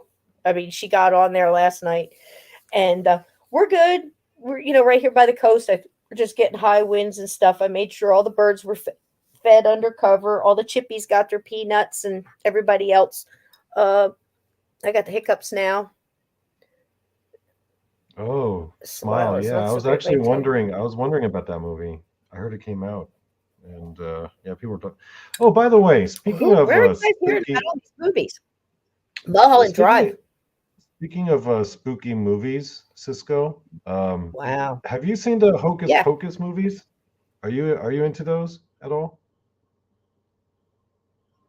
loved it. Yeah, are you gonna watch part two? Yeah, actors. So it kind of ruined it for me, but Hmm. I can rise above that and try to enjoy the next Hocus Pocus because I love the first one so much. I love the ambiance of it. I loved the storyline. I'm not thrilled with witches eating kids and sucking their energy because it's a little too real. You're a bit But cold. the whole thing, if you just look at it like it's a nice Halloween ride, like a nice Halloween haunted hay ride, and you don't look too deep into it, I'm all for it. And the second one, I'm hoping is good, and I'm hoping that they don't like add a bunch of stuff to it to make it rotten. You know what I mean? Yeah, Hocus But Pocus is out now. the second ones are usually not as good as the first. We'll see. Uh-oh, he watched part 2 yesterday. It's 2 hours. He Oh can't get back. no. You talking about Hocus Pocus, Blue? And Edna said part two, not so much. They could have done better writing. Yikes. Mm-hmm. You think so? Okay. Well, I Yeah, try not to get my hopes up because I'm often I disappointed. don't. I don't And get my that, like I hopes said, up that these goes with days. the Not people, and that much. goes. It's better to lower your expectations and be surprised in the positive than to Hmm. people and situations and everything else. Okay. So, Be Kind mentioned something that I wanted to bring up. She said, "Has anyone seen The Others with the Nicole others, Kidman?" yeah, Personally, that's one of my personal favorite horror yes, or scary movies. Not because it was so scary, just because of the Yep. storyline. I just thought it was. I I I gotta be honest. Hmm. Uh, Nicole Kidman with the keys was making me absolutely nuts. But when I figured out what was happening, I was like, okay, I have it because now I don't know. Spoiler alert: has anybody not seen this movie? Spoiler A alert if lot you of haven't. people are Just saying that they like for a The minute. Others. Can we do a spoiler talk? Let's just. It's been out long enough, Cisco. Let's Yeah, spoiler it. If you haven't seen yeah, it, up yours. it No, has I'm been. just Well, kidding. I that's love it. you. When I found out that she was the ghost, I thought it was a perfect adaptation of an Yeah. agitated spirit, an agitated ghost, an agitated um earthbound spirit, Hmm. you know. Are you going again, buddy? Um so when that happened and her husband was trying to get her attention and she wasn't listening and stuff, deep stuff. That was so real. Yeah. That was so real. Okay, Donnie, take over again. I'm running again. Okay. We're going again. Okay. As long as my connection is good and everyone sees me okay, I'm 5'5" right now. Yeah. Yeah, I just figured the others has been out so long right now. It's been out for like what? I don't know. When did it come out? Um, like 2010 or something? I don't know. But yeah, if it's out, there's like a certain amount of time. I feel like 3 years, right? After 3 years, just spoil it, right? If you haven't seen it within 3 years, that's like a good cutoff time. So yeah, she's the ghost at the Exactly. end. Yep. And the people, she thought the people that were having the seance and stuff were the ghosts. I thought it was a great flip, you know? I mean, and I wasn't getting it at first, but again, it was very I much didn't like see it coming. I didn't see it coming. I was like, you, "Whoa!" When I you when I didn't? first saw it, I was like, Yeah. "What? What's Yeah, and going the on kids, like here?" it turned yeah, You the know, when kids the turned around and when they those were, you know, workers showed up, remember like those workers in the beginning of the movie, those three people show up and they're just all acting all weird around them, and I'm like, "What's yeah. going on right And now?" And there's all everything this started ghostly making activity. sense. Mm, Yeah, it's one of those yeah, like real yeah, noodle twisters. I liked it. It was just a yeah. solid movie, It is good, Um, and the only Sixth thing, the Sense was reason I good keep too. getting up is my bed is really high up, and he's got little steps that he goes down, and because I'm so big on making sure the animals retain their dignity, so many animals that I've helped as they were leaving this earth plane, my main thing was to make sure that they could maintain their dignity. And when they fall, and sometimes when older pets get this sick, they have strokes. And I don't want him to fall. His dignity means so much to him. He's such a proud little guy. And I want to make sure that he has, it is very good that he's getting up, moving around. But I just got back, I got trusted back up, and he's with him right now. And what he's been doing is going down. He'll go get a little drink of water. He walks, he comes back, and he lays down again. Absolutely fabulous. He's getting up, walking around. He's just getting a little too weak to do it on his own. I don't want to see him trip or fall or get hurt more than he is. He's just really in a fragile state right now. He lost 4 pounds in like in like 4 days, 5 days, noticing it. I don't know what the hell it is, but we're figuring it out and we're going to get through it. So, but thank you so much and forgive me for continuing to get up. And thank you, Donnie, for taking the backup on it. And Uncommon Belief is with him now. So, that's his brother right there. So, okay. It's hard and it's so hard. So yeah, but that was a good one, the others. And so was People in the the the Sixth chat, Sense. people in the chat were talking about how Disney sucks now, and Yeah. yeah, Well, a they lot have of their for a long stuff has time. been They've been an sucking. illusion for a It's long been it's time. been sucking. I feel like the last Yeah. good Marvel Been an movie illusion was for a very long Endgame. No, the time. Spider-Man one was pretty good too. Oh yeah, Vixen. Yeah. He's drinking a little bit of water, and I'm giving him stuff with a syringe. Once the vet told me, and I'll tell you what, I put up on Facebook. A lot of people don't do this. I don't post on Facebook much. I'll share the show or whatever, but I'm not one of those people who's like, I'm having ham sandwich today. I'm doing this today. I'm there for other things. So, and to check up on people, make sure they're okay. You know, family and stuff. But the other day I put up his picture and I said, send me light. This is what and just back up what I'm putting out there in agreement. And everybody did. And everything I asked for to give me strength to get through, send good hearted people. Look, I didn't know this vet. It was one that comes to your house. And it is a great prayer chain. And that's all I wanted. I said, I didn't know one here that I trusted. I said, if you could send me, I was very specific. I need somebody that understands herbals. I need somebody with a kind heart, not just looking for money because I'll throw him out on his ass I'll be or right back. hers. Be right Go back. ahead. Or hers. And I said, I want somebody that has kindness and I'll know their energy when they walk in the door. Can you please send somebody like that? I'm not asking them to do miracles, just to listen and be kind. And that person was sent This is what my spirit guide sent me. A perfect stranger named Dr. Dante and his wonderful assistant Jennifer pulled up in a van and came in here and right here, because I didn't want him disturbed. I didn't want to carry him in a car and take him someplace crazy. And they were very reasonable. And he happened to understand quite a bit about herbs. He had heard about cat's claw. He was currently taking devil's claw. And I told him, oh, you like devil's claw, you're going to love cat's claw, because devil's claw is, kind of a small spectrum herb. I mean, it hits very good for like 2 or 3 specific things, where cat's claw is very good for multiple things. I mean, I can't even, the stuff that they discover about it. But anyway, so he not only knew about it, but he was a doctor for racehorses, and racehorses apparently cannot take drugs. That's all herbal, because if they're racing and they come up positive for anything, they get disqualified. So that's why he knew about herbs. This is what my spirit guide sent me. And when he looked at me and he said, am I here for, they put down euthanasia, checkup? And I said, no, they put that because I want you to come in here and check it and tell me what's wrong with him. And let's do some blood tests. Let's do whatever tests you think are needed. I need you to tell me what's wrong with him so we can discuss what we're going to do to either fix it or, he's old and we just need to let him go out with grace. That's what we're here for. And he said, totally on board. Let's get to it. He was here for 3 hours. My spirit guides, I'm telling you, please talk to yours. Please talk, especially in these times. I asked for strength to get through it. And, I'm getting that. So, be careful what you ask for and be specific and try to be kind and try to be realistic.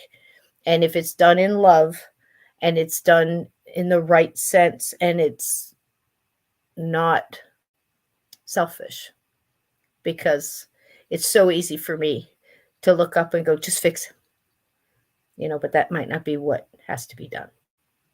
Does that make sense? Yeah, absolute miracle. Miracles happen every day. You just have to recognize them. And I have been very fortunate in my life. And there it is. Yeah. And that's true, Linda. You have to ask because it's free will. Everything in spirit. He just got up in his big high top. We have a cat tree that he got. Santa Claus brought him last year. And actually my son and I made it. And it's a big tobacco basket that we put this fluffy dog bed in. And then he's got a heating pad in that. And he likes to sit and watch the birds. He's looking out the window now. It's very good. I don't know how he's getting around. I really don't. He's just, God, he's a redhead. But, what are you going to say? He's something else. But I know he's hurting, and I just wish I could make it better right now, but I don't want to do something to make it worse. I mean, I might know some things and I can get something, fix some things with help and guidance from a lot of wise people. But if you don't know what you're doing, it's best to not do much because, you can't force water if it's something that'll make it worse, or food. And, he's been eating in a little syringe, getting gravy and some other things. And tomorrow morning we should know, and I will definitely let you guys know. Yep. Good luck, Sysco. That's how, yeah, you got to love them through it. They told me my son had a 15% chance of making it. I said, get out, hold my beer. Hold my beer. I brought some good stuff with me. Yeah. Yeah, he went to the grocery store today, drove the car, did all the things. I mean, just miracles happen. Don't let anybody tell you they don't. But sometimes the miracle is being able to say goodbye and I'll see you later. I'll see you later. Because I know he's going to be there waiting for me when I get there. Just like my other loved ones. I know it. Not a doubt in my mind. So you got to let them know they're loved. All right. So I don't know, Donnie, if he's got the storm or anything else. But I know it's late. And I'm sorry, I didn't mean to rattle on tonight. I hope maybe you guys got something out of this, a little bit here and there. And I told Donnie, tonight we were going to be here for each other and all that stuff. But it is Halloween. And Donnie, did you say everything you wanted about the movies and stuff, honey? Well, sorry I took so long. I had to poo. No, it's okay. Just did you Yeah. say everything you wanted to say about your movies? Oh yeah. I Because just if it's wanted to ask okay, questions, I really. thought it was fun. But here's the thing: I have a special treat for you guys. Do you want to hang? Do you think you guys have another hour? Are you willing? You want to stay? I'm And good if to you chill. don't, we could also you could finish watching it tomorrow or something like that. If you don't have to, we know you're hurting too, Cisco, and we wish we could fix it too. I love you, Susan. Yeah, and I'm feeling the love. And you guys are here with us. And what kind of a person would I be if I just came on here and I pretended everything was good and I put on this false thing? You know, how are you going to believe me when I'm trying to tell you and help you get through something? You know what I mean? We got to be honest with each other here, you know? And Yeah, so you you be got to honest. see the good. You got to see the good with the bad. This is how you get through the one of the hardest things in the world to ever get through, you know? And I've lost kids and I've lost so much of my family and so many pets and fosters and lovies and little bunnies I knew for 2 or 3 minutes that broke my heart. So, we can't just share all the good stuff. We have to show people how we get through the hardest days of our life. And we do that with family. We do that with friends. We do that with people that have become friends that we never even met face to face, but know better than the people we live next door to and care for completely and totally. So there you go. So I have a surprise for you.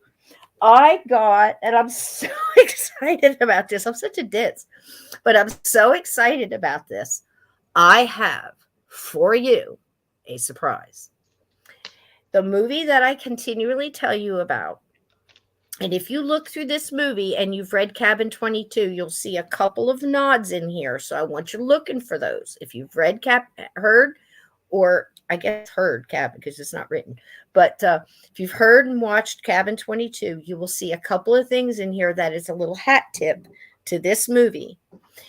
It stars the fabulous Barbara Stanwyck, and it is so well written and so well done. And it is based on the book, pretty much almost word for word, of a book called Amy Come Home. And the name of the movie is The House That Would Not Die. It is You absolutely must have been so fantastic. excited when you found out that you could actually, load it I and play worked it. hard to get Yeah. the permission to write that, and again, I have to say, free use. This is for educational purposes. It is When did public this movie come domain. out? 19 I put the date in there. I think it was 1970 or 72. I wrote it in Ooh, there so you that's guys pretty old. would know. Yeah, and it Yeah. was made for TV, and I even put the date that it came out here at the end. You'll see it. But yeah, like the Big Valley, Barbara Stan went around slapping everybody who needed it. I'll tell you, we got to bring that shit back, guys. Because when Barbara Stanwyck got in there and people got out of hand, she had that leather glove on. Bam! She didn't care who you were. You straightened right up just like that. Started acting right. Am I right? In this movie, somebody gets slapped, but it's not her that does it. So here we go. The House That Would Not Die. Happy Halloween and enjoy. Here we go, Donnie. All right.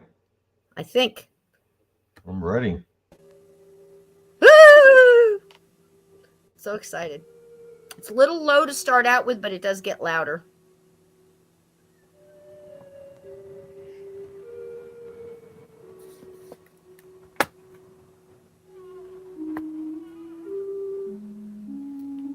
I'm going to be here. Okay. I'm just going to cut the camera off real quick. Oh, can I talk over the movie? Nah, that would be rude. If you want to, I'll tell you what, say stop it and I'll stop it. And that way we won't miss anything because it's fast moving little booger. This one right here is amazing. Watch this build up.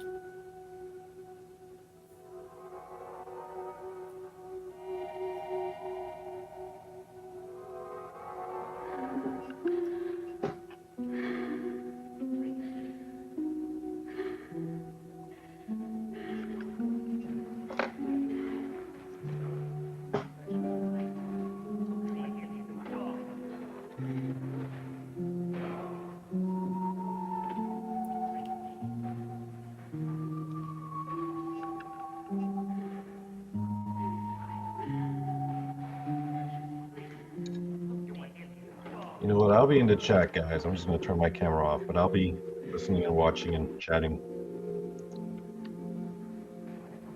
Awesome.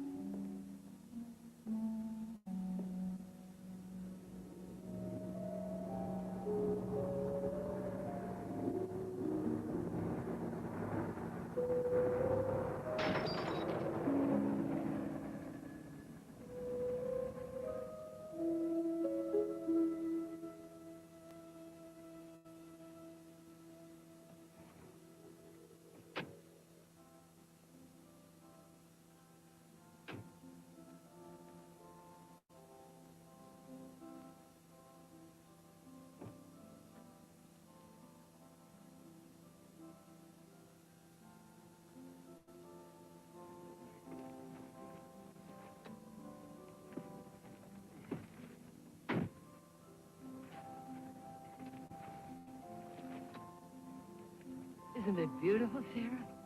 Come on, I can't wait to see it inside.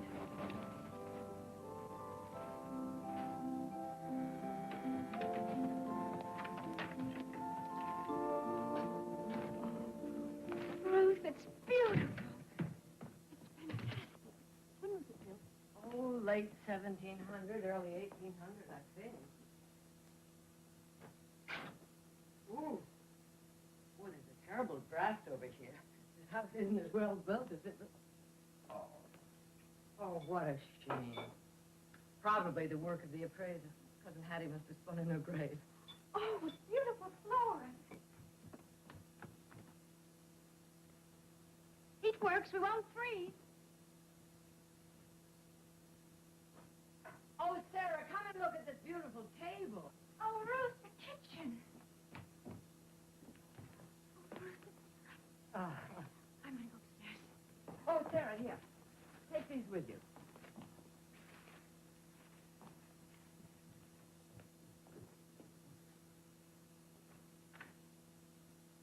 Ruth, I found my room.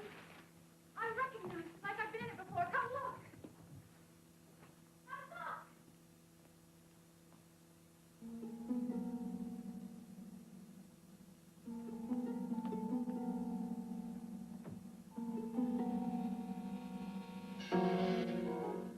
I started to knock, but the door just swung open. I'm Pat McDougal, your nearest neighbor. I saw your car parked outside and stopped to bid you a neighborly welcome. Oh, well, please, come in. I'm Ruth Bennett. We just arrived. Welcome. Thank you. I teach anthropology at the university. Oh, well, then you'll want to meet my niece, Sarah. She's enrolled for the next semester. We'll be glad to have her. Ruth? Oh, this is my niece, Sarah Dunning. Sarah, this is Professor McDougal, our neighbor. Hello. I love this place. Yes, it is lovely. I assume you inherited it. These old places are seldom put up for sale. Well, it really was quite a surprise. Hattie Campbell was my cousin, but I didn't know her very well. I visited her here once when I was a young girl, and well, I guess she just took a shine to me. I've always had a strange sort of affinity for this place. You knew Hattie? Only than I do. I often tried to invite myself in, but she was adept at discouraging visitors. Still, I knew it would look like this. I must have dreamed about it. You both must come and see the kitchen. Would you like to see the kitchen? Yeah. We belong here. I just know we do. Oh, how lovely. And electricity. With all this antiquity, I didn't expect it. Look at that pewter collection. Oh, it is handsome. Plenty of cupboard space. are empty. Then it's lucky you're having dinner at my place tonight. Are we? Oh, no. Oh, yes, I insist. It's too late for you to drive back for supplies. Besides, some of the more interesting local people will be there tonight. I think it'd be a good idea for you to know them. Well, that's very kind of you. You know, we have very cool autumns here. See? It's quite a draft. I'll check these doors and windows for you, otherwise you'll never get the house warm. Oh, no. I'll see you at 7. And I think I know a young man for you to save you from boredom. You weren't kidding about Sarah, the young man, and the boredom bit, were you? I think they've forgotten we're here. Stan? Stan's all right. He's a thorn on my academic side. But the bright students always are. You say good morning to him, and he gives you an argument. But you like him, don't you? Oh, yes. From a safe distance across that gap. Looks like he decided to take charge of Sarah. He may just succeed. I think this is what Sarah has been looking for. Why she left home and came here with me. Which leaves us with an inescapable paradox, right? Right? I'm sorry. They look so right together, don't they? Ruth and Pat. He seems much nicer. Nicer? Here in his own house. Maybe I am hypercritical. Ruth's had enough trouble with the wrong man. She needs the right one for a change. And why did you leave home? Oh, I didn't. I'm on leave from the Department of Agriculture, Washington, D.C., Executive Secretary. I'll stay a while and then decide whether to go back or look for work here. No encumbrances, then? Not now. I think I know who that is. Come on, give me moral support.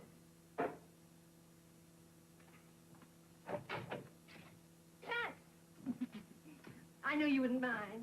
Tom, and how are you? Hello, Henry. Hello there, dear. Rachel, dear, how are things at the auxiliary? Oh, dearie, it's so good to see you. Things are fine. Why don't you come around sometime? Maybe I will. You're Ruth Bennett, the Campbell house.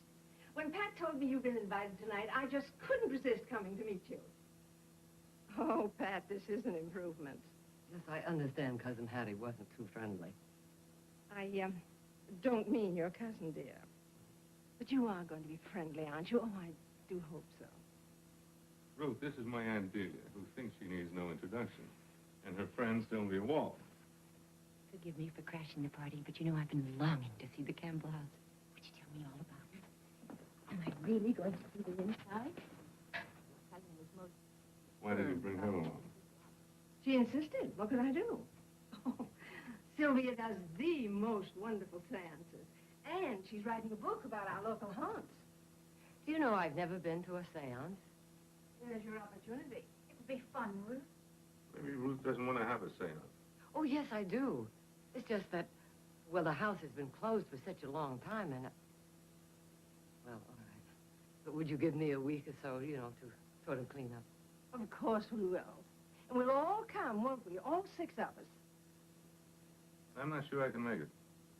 Why, Pat? I think you're afraid. No. But in my line of work, you do pick up knowledge of these things. Witchcraft, black magic, spiritism. And the mischief they can work in a susceptible mind. It's hardly parlor entertainment. Now, who said anything about entertainment? We're very serious. We'll be there, dear. He will, too.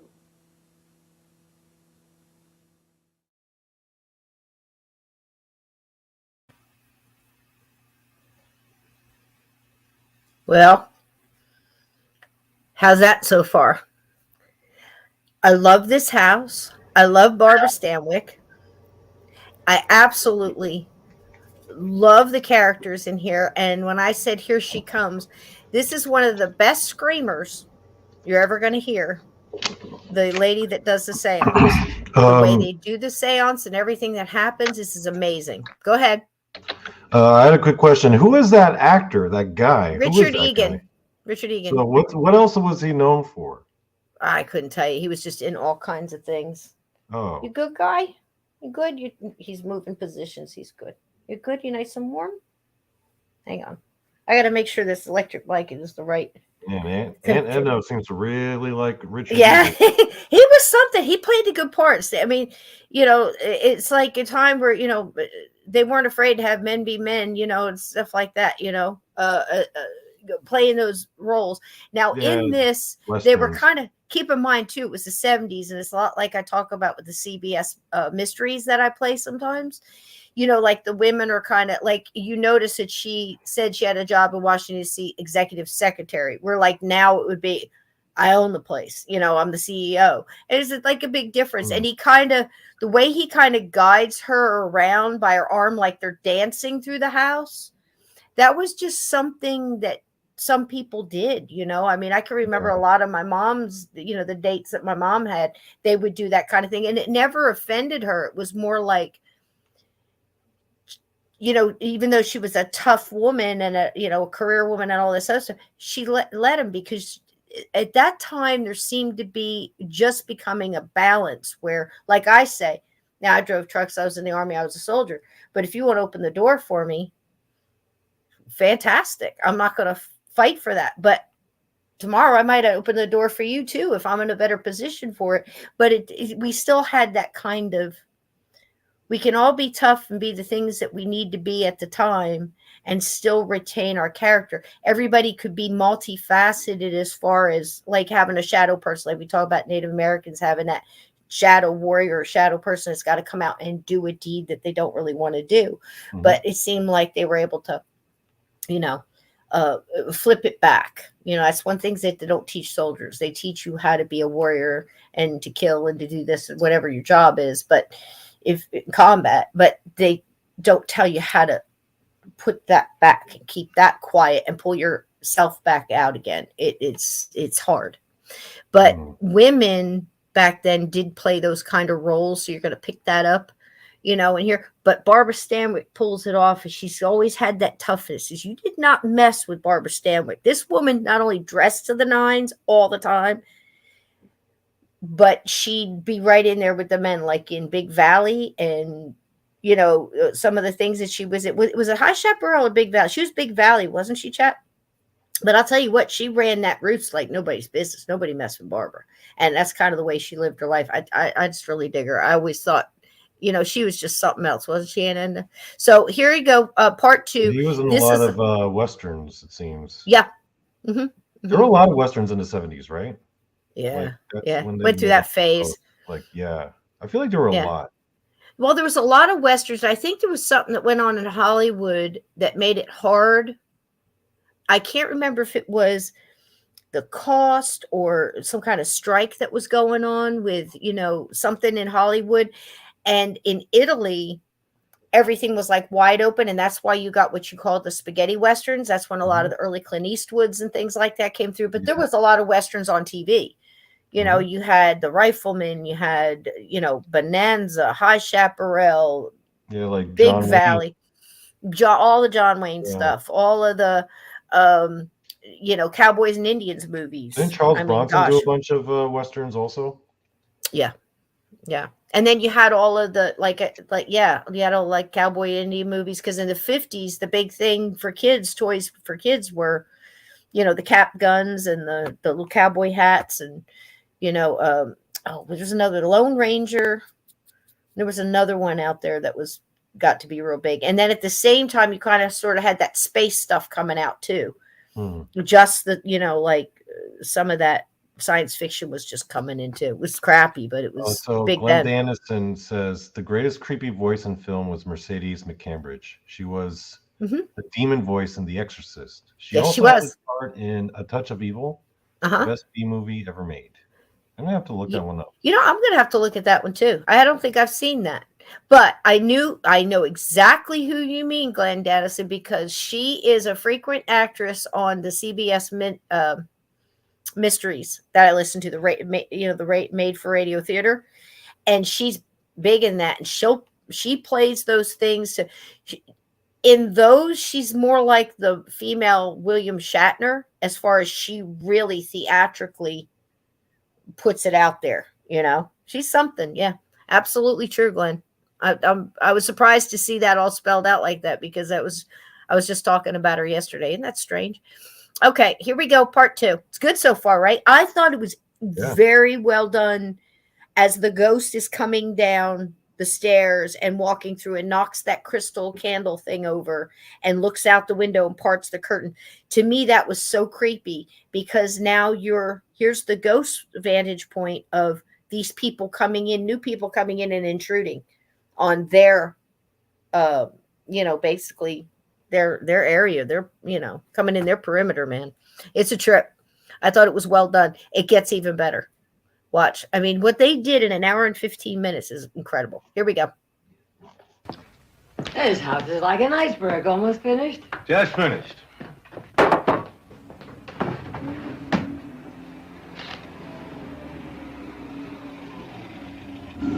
Our faithful chaperones.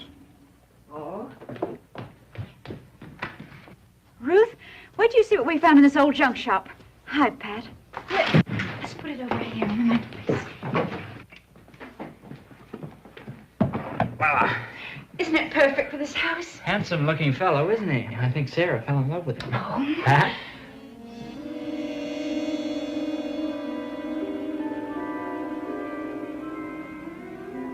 Isn't he beautiful? Well?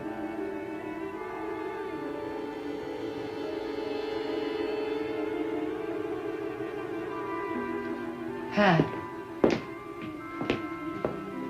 What's the matter? I don't know. A little dizzy. It's nothing. Well, go wash up. I'll get you a drink.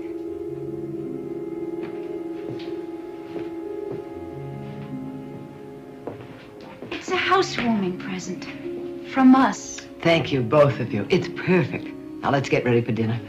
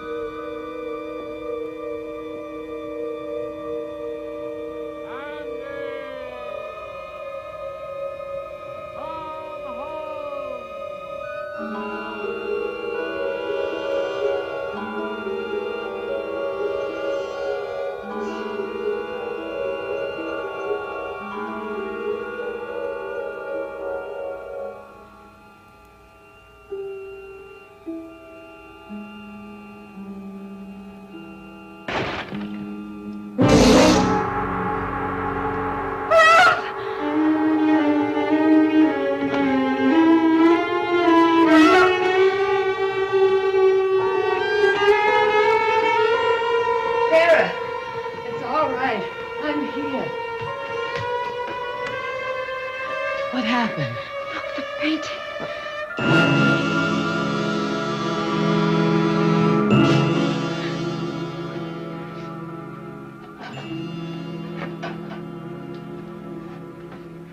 Did you drop it?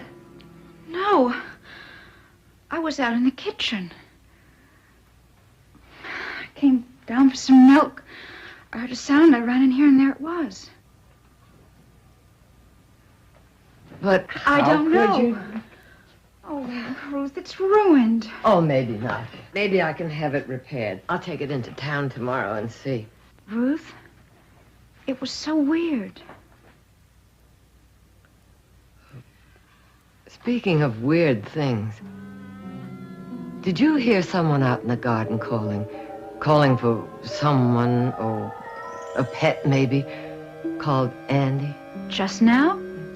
Who'd be way out here looking for a pet in the middle of the night? I guess I just dreamed it.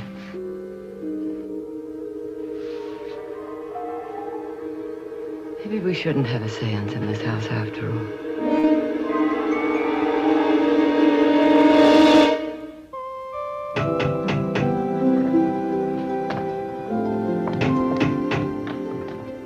Come in. You're way early. We thought we could help out.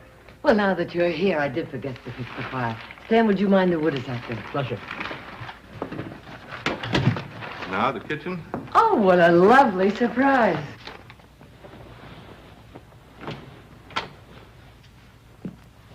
You have an opener? Uh-huh. Does Madame Sylvia approve of spirits before a seance?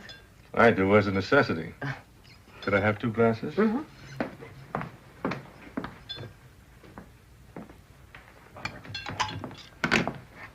Sample?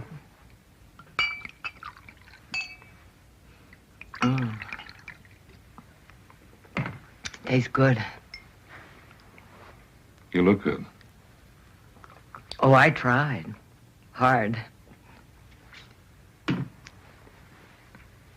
You smell good.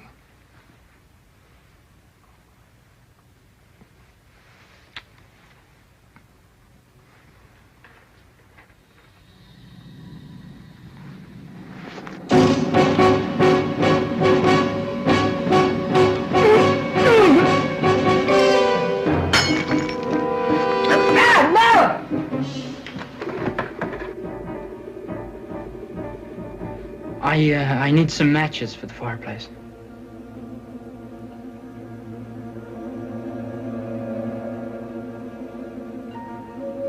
I'll get them for you.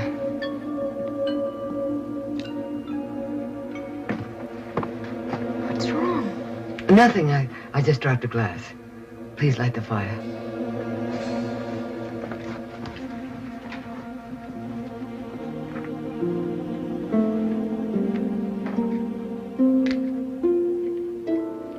Ruth, I'm sorry. I don't know what happened. That's all right, Pat. Don't worry about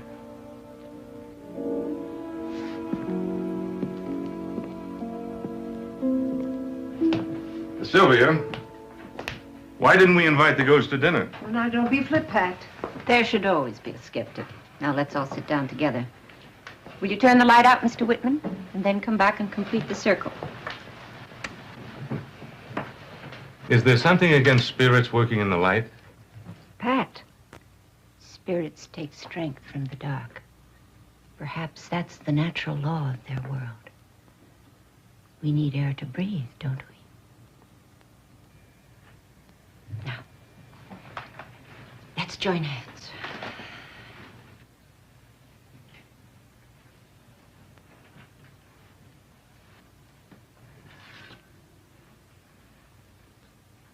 And be silent.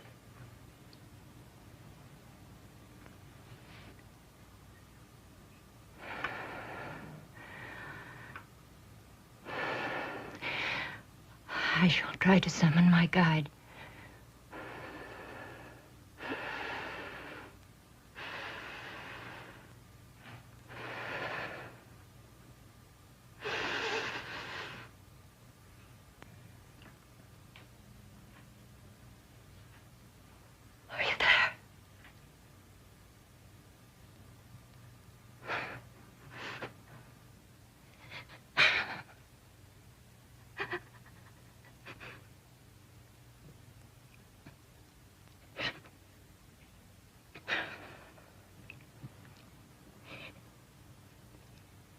can't come to us.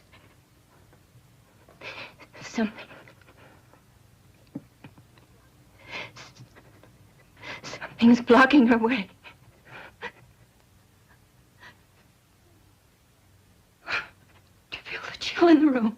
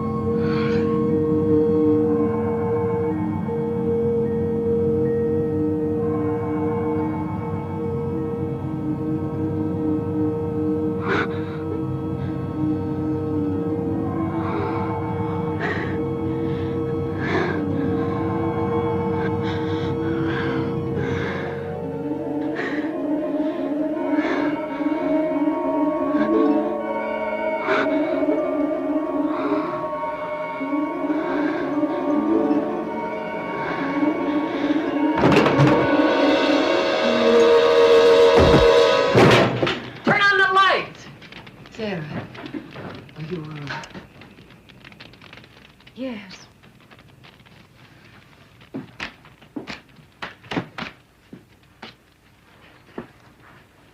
It's ruined.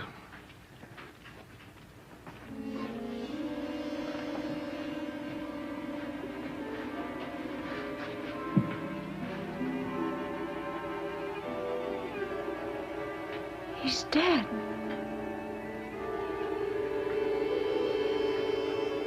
He's dead.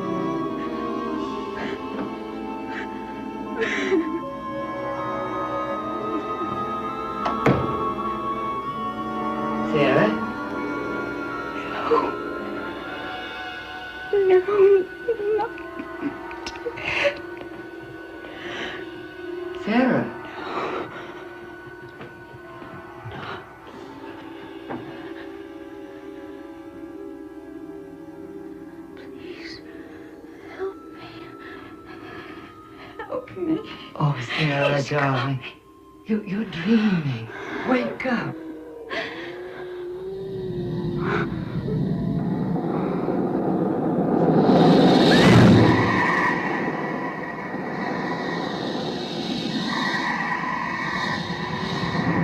No!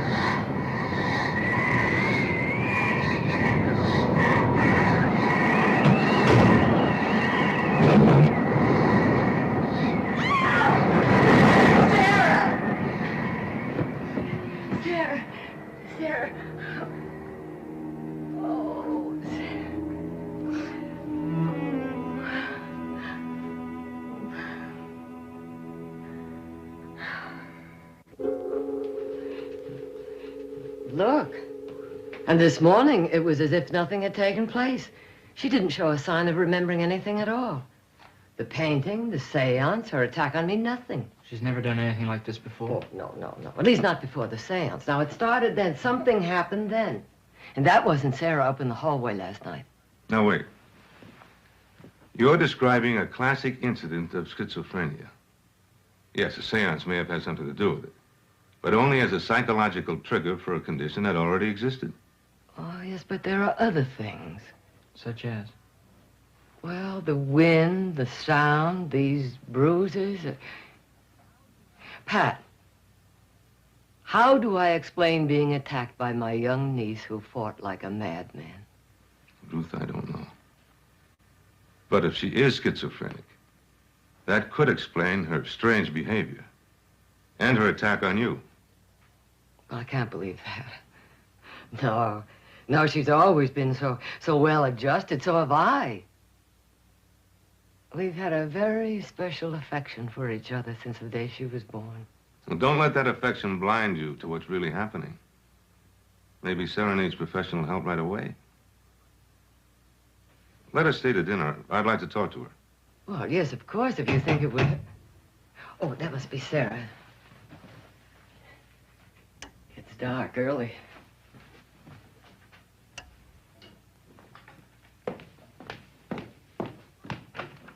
Oh, is it cold out there? Stand, Pat. It's so nice to be here, where it's warm. I don't know what I like best about sherry, the color or the taste. Maybe both. Yes.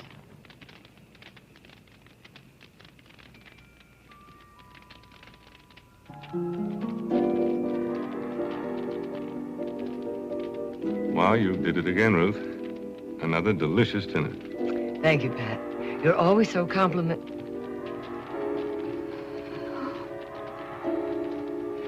Me. Please. Help. Sarah. Me. Not Sarah. Sarah. It's happening again. Help. Who are you? What's your name? Help me, please. Help. What do you want us to do? Put her on the couch.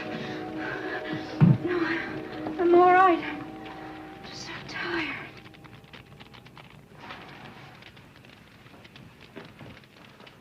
Ruth, believe me, we've got to get her to someone right away. Last night she attacked you. Tonight? I know one of the head men at St. Elizabeth's. I could call him right now. St. Elizabeth? It's a psychiatric clinic. Which is exactly what she does not need right now. Look, I didn't want to tell you this before, but I actually saw another face over Sarah's during the seance. You saw it too, didn't you? Well, did you? Well, I thought I saw something. Sarah doesn't have the history of a schizo. This started at the seance. I think she's possessed. Possessed? The only thing she's possessed by is a second personality that's trying to take over. And where did that personality suddenly come from? Her own mind, where it's always been. Dormant until now. Man, it's got another voice, another face. You put her in the clinic right now and you're gonna do her permanent psychic damage. Do you want me to call St. Elizabeth's? Hey, you look like guilty conspirators. It gave us quite a shock. Are you all right? Okay, Ruth. We'll put it off for a couple of days. Here, I guess you can use this. No, thank you. I never touch spirituous beverages.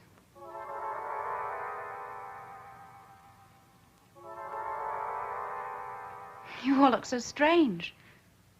I don't know why I said it. It was only a silly joke. It's no joke. It's all tied up in this house. Something violent happened here. Something tragic. Otherwise, why would this spirit be earthbound? So many people lived here and died. But mostly Campbells. And it must have been a young girl like Sarah. She isn't going to leave Sarah until she gets what she wants.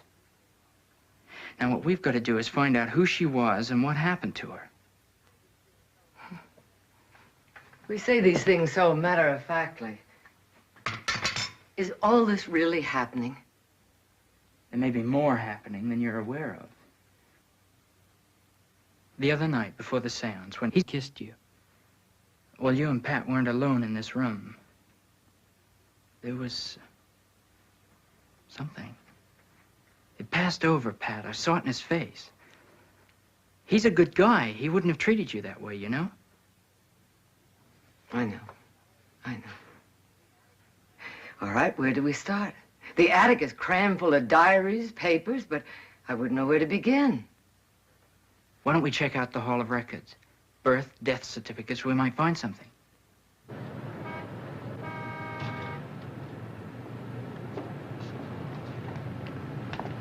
I guess we should have started in the house. As I said, that attic is jammed to the rafters with junk, and Oh, by the way, what time are we supposed to meet Sarah and Pat? They should be in the square by now.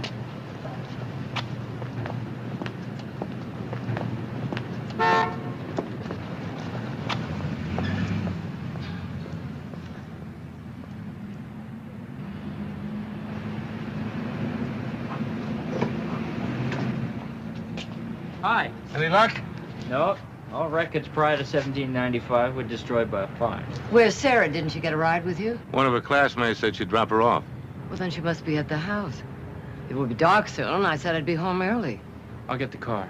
Now, look, you two, don't worry. I don't want her in that house alone after dark. I don't care how silly you think it is. I'll drive you there, no matter how silly I think it is. Please, hurry. All right, but we can't make it before nightfall. It's almost an hour's drive.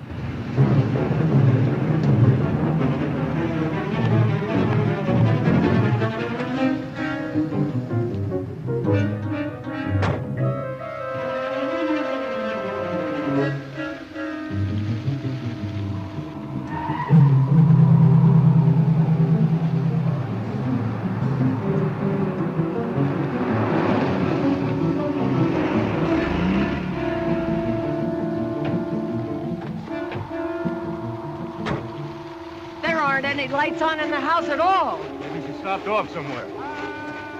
Shh. Listen.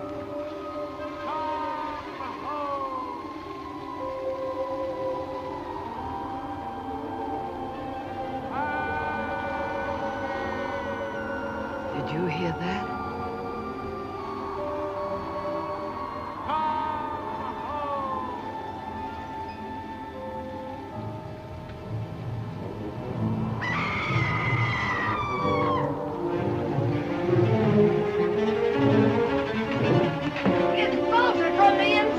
Try the side door.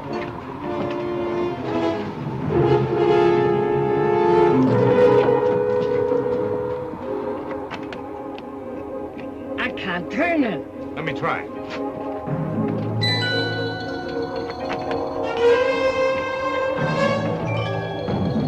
Pat, hurry!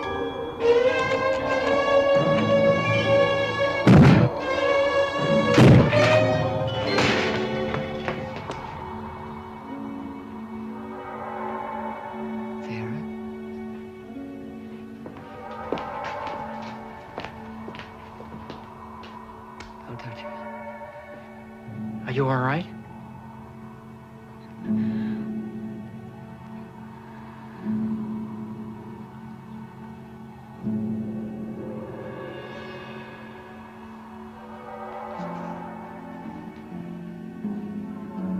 How did this get on the floor?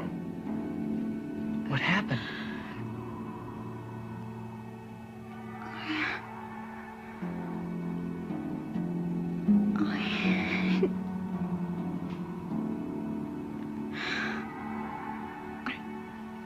Don't know. It came through the air. It's all right, Sarah. It's all right. But we're getting out of this house. I'll get rid of it. I'll sell it. I don't... No! I can't leave. I won't. It'll never be over if I go. But, Sarah, after all that has happened... No, you go if you want to. I can't leave. I can't explain it, but I know I mustn't. Ruth, don't worry. I'll stay here tonight. I'll stay too. Thank you.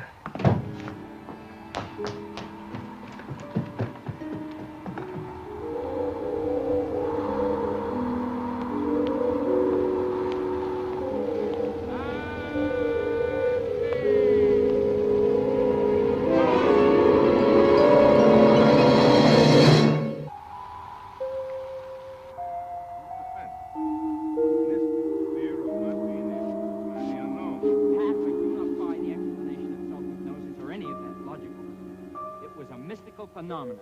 Will you just listen? When people are under strain, like all of us have been, there must be logical explanations for what may appear to be your mystical phenomena. Be honest, can't you? You heard that voice out there. You heard it. Admit it. I thought I heard it, but the wind was blowing and we were all excited. Oh, boy, do you have a wide open mind with the proof right there. Will you two be quiet? You'll wake Sarah.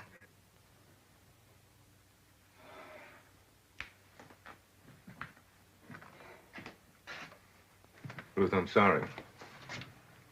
I'll be in Sarah's room if you need me. Thank you, Pat. Ruth, would you mind if I get a start in the attic? All right. Good night.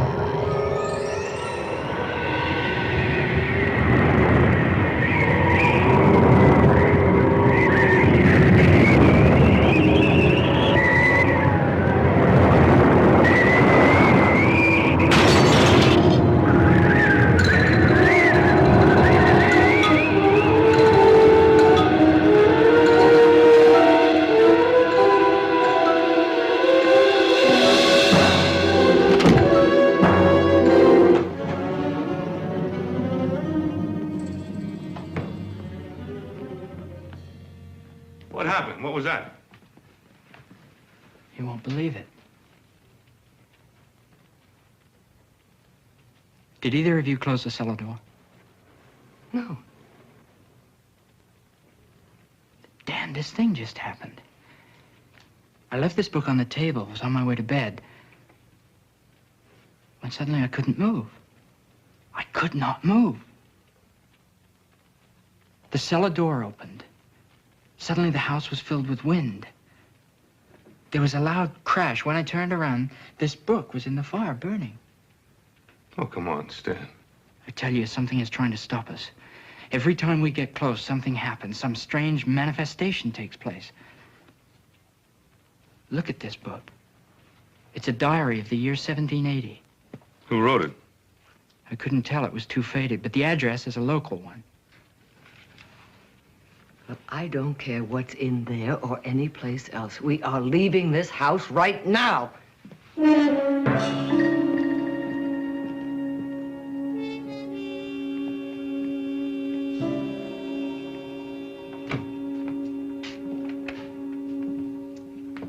Dan, take Sarah upstairs to my room. You and I will sleep in the den.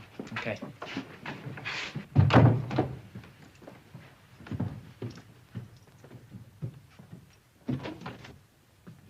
I hope you'll find it comfortable here. Oh, we will. We will. I like the sound of that.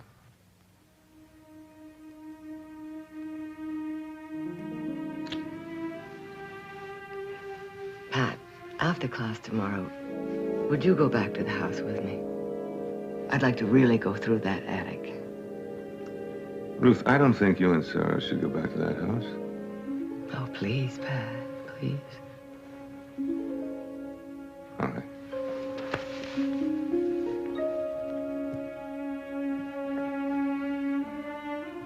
Stan, I'm scared.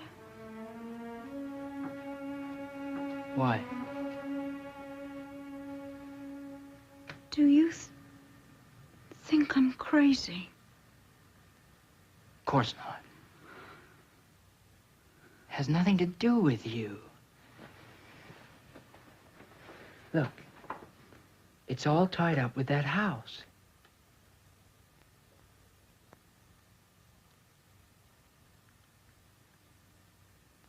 I'm glad you stayed. Sarah. No.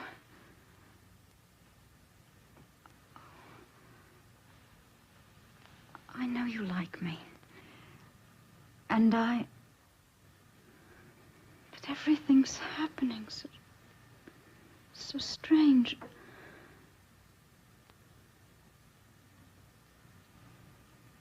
Do you understand? Of course. Just remember something.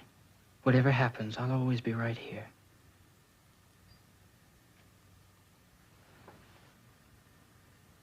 I'm glad.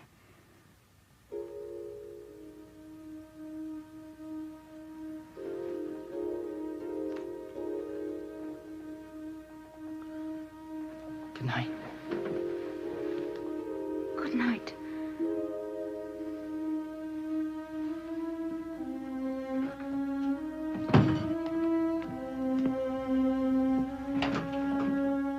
Oh, my goodness. Where do we start? All attics are all alike. Fascinating junk shops. Well, there must be something around here to give us a clue. That isn't it. Find anything? Nothing. Oh, Ruth, come here. No writing desk. Oh. But it's locked. Oh, try and open it, because these things are usually jammed with papers and diaries and all sorts of things. Oh, good. Well, try here.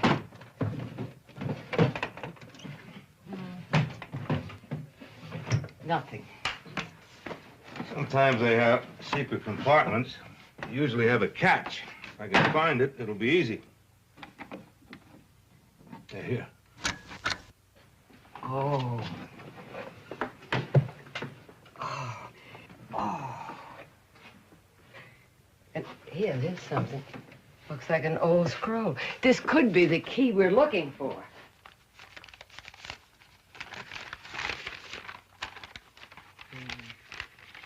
It says that the house has been remodeled several times.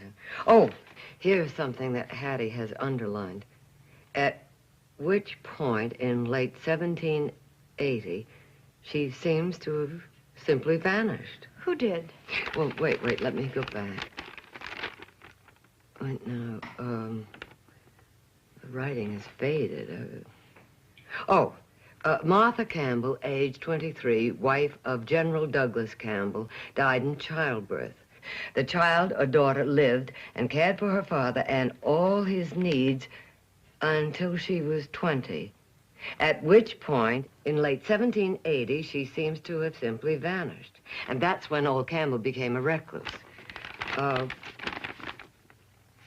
Oh, yes, down here, Hattie states that old Campbell came to be known as crazy because he would stand in the garden alone at night, calling for his daughter's return. Wait a minute. What was that voice calling? What was the daughter's name? Well, it isn't listed. Hattie seems to have left it out, wouldn't you know? We can look it up in the Bible. Oh, Stan, be careful of those pages. I will. Very... I'll be very careful.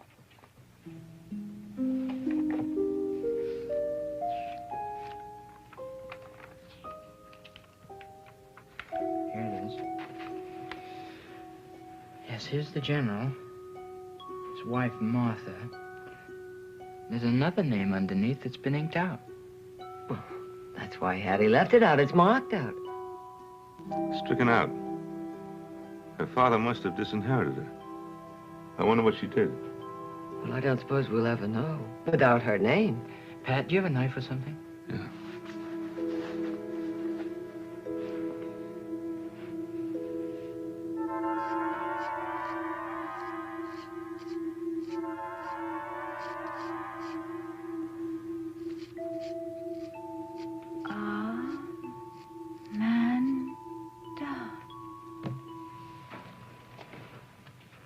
Amanda.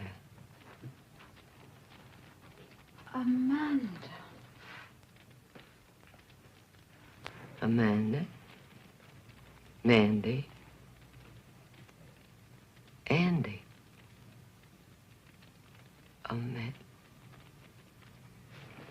Amy. Amy, come home. Something happened. She vanished, and the old man wanted her back. He still does. Of course. Now what we've got to do is find out what happened. Amy, help. Amy, please help. Please help, Amy. How? Help. How can we help you? To return to your father? No!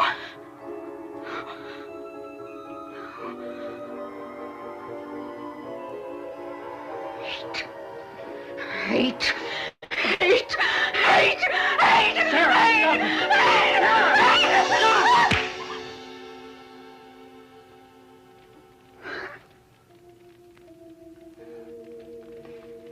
This thing, this Amy, she seems to be able to reach her anywhere, and I thought she'd be safe here. I'm afraid you're right. Well, it's going to be stopped. It's got to be. How? Exorcism. We've got to get rid of her. I'm going to ask Sylvia Wall for another seance.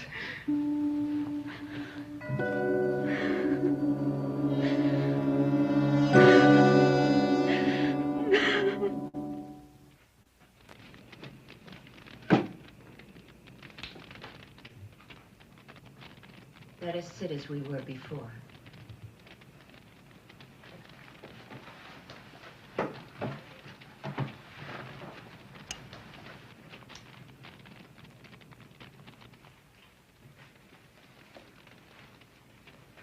Let's join hands.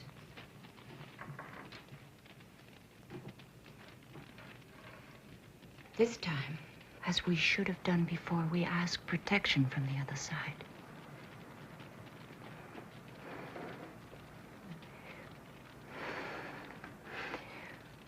We call upon you. All loving spirits, come here and be with us tonight.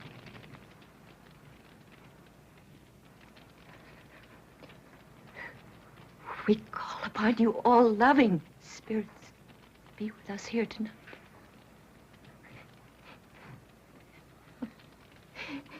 No. No, help me. Help me. We call upon you, all loving spirits, to be with us here.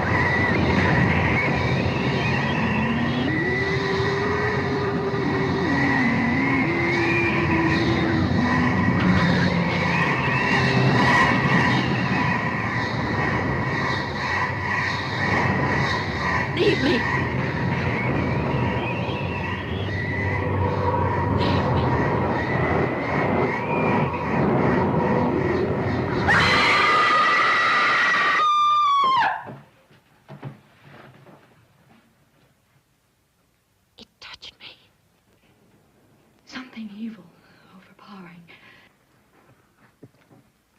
I'm sorry, but I can't stay here. I can't be of any use to you. Please, take my word for it.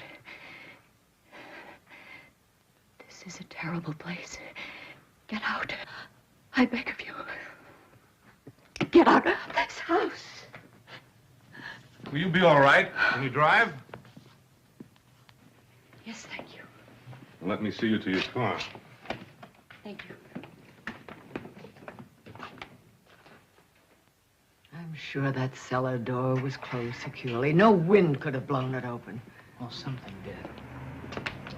What is it? What are you talking about? The cellar. Well, I'll come over in the morning and have a look down there. No, no, Pat, not you. Please don't. Why? I don't know. I can't explain it, but please don't. She's right, Pat. But I can come back. Tomorrow afternoon. You want to come along? All right. Oh, let's go.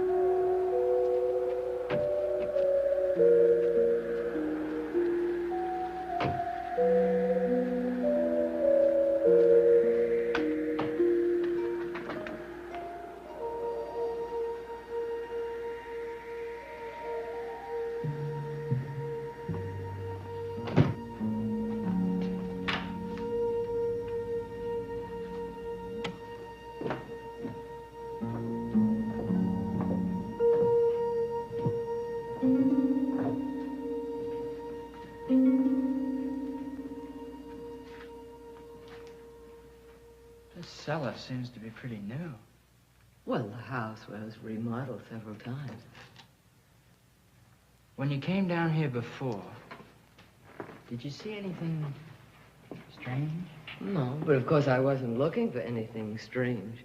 That is, nothing specific. Wait a minute.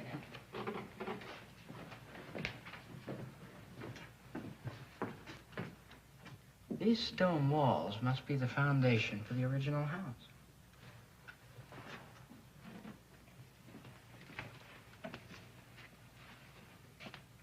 Uh-huh. So why timber back here? The foundations, the stone foundations, have to go on all the way under the living room. It looks as if the rest of the cellar has been sealed off. I wonder why.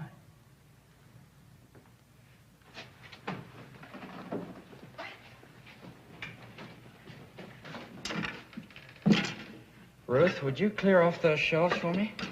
All right.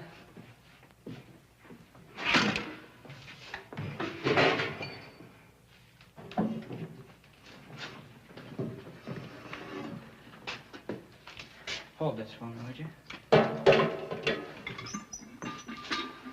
What are you going to do? I'm gonna try and break through this wall. With that? I can but try. We can't wait to show Ruth what we found. They should be home by now. You think they discovered anything in the cellar? Well, I doubt it. Nothing as important as what we came up with.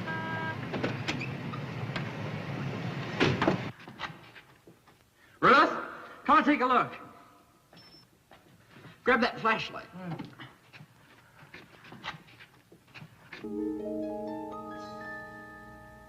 Look at that. There's an old doorway. Oh. I'm not having much luck with this wood. It's almost petrified. Well, Stan, why don't you quit? It's getting so late. Yeah, besides, I need better equipment than this. Come on, let's go. Here. Hello, groundhogs. Any discoveries? Pat, what are you doing Where's here? Sarah? She's out in the car. We stopped by my place first, but when you weren't there, we decided this wouldn't keep. What wouldn't he?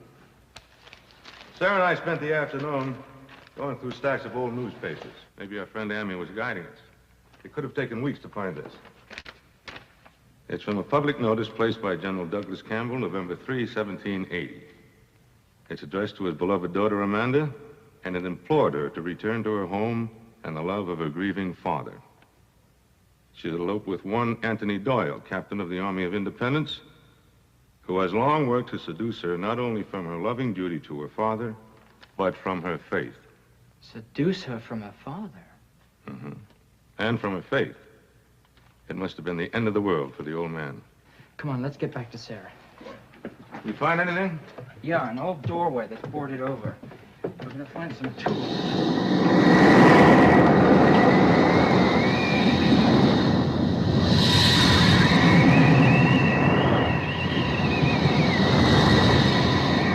We've got to get her out of here.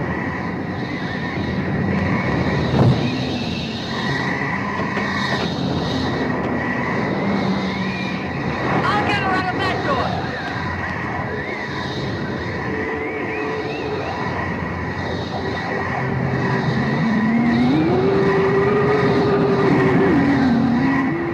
Father! No, Father! Don't hurt him! Ruth, get her out through the kitchen.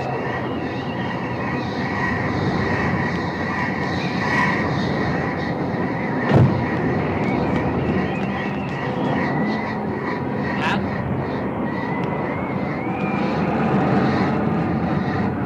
Pat? It's me, Stan.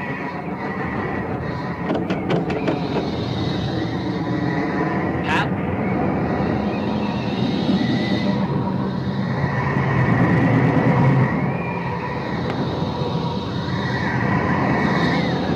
Pat, you're hurting me.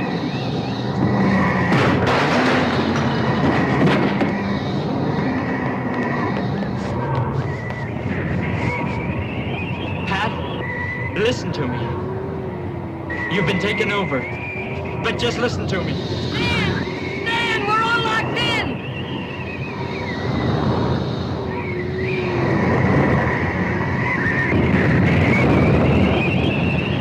Keep her away from him!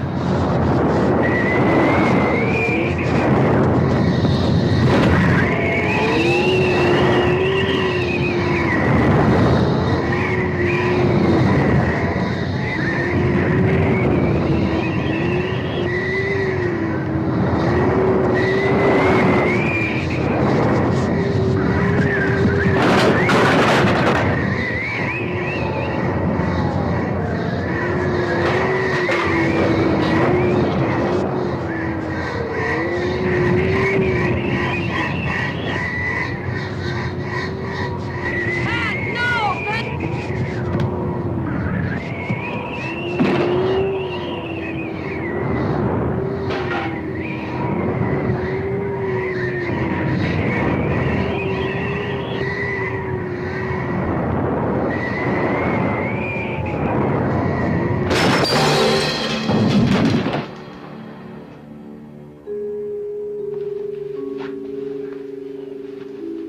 Pat! Pat, darling.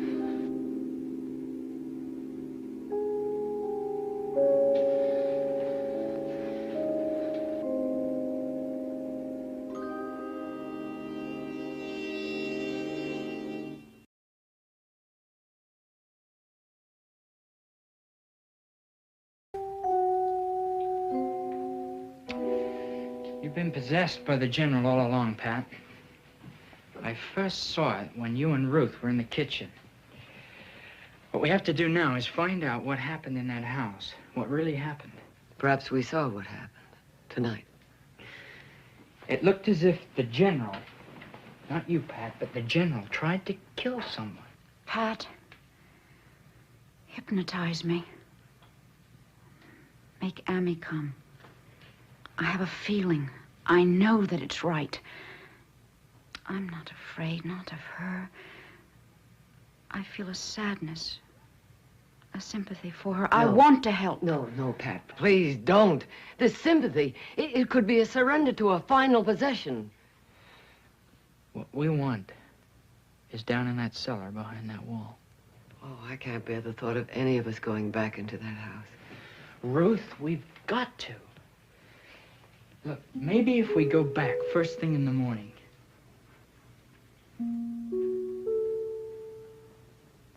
Sarah?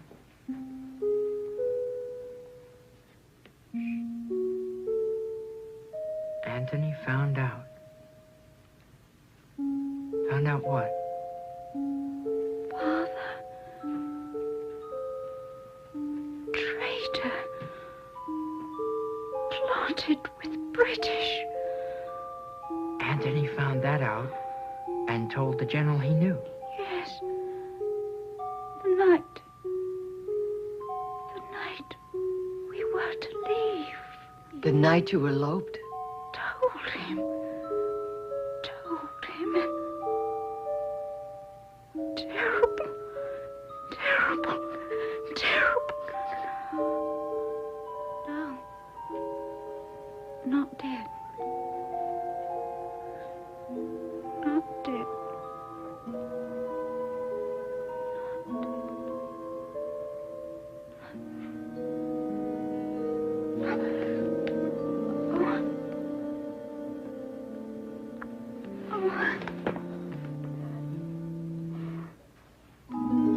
I'm going back first thing in the morning.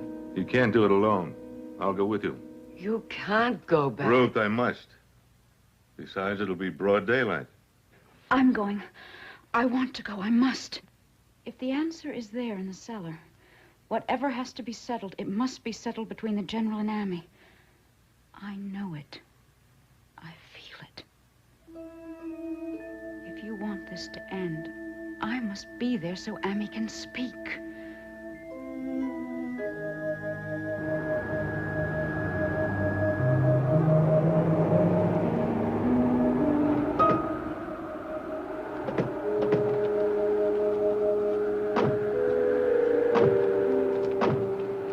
Ruth. Look, just keep this handy. It's mace. The general tries to take over Pat again. Spray it in his eyes. It won't hurt him, but it will stop him.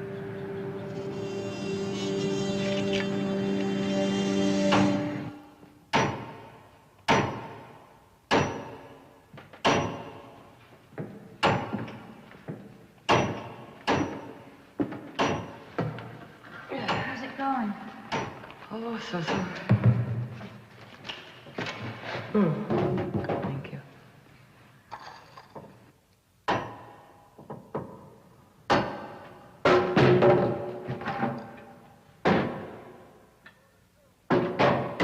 We broke him through. Let's go.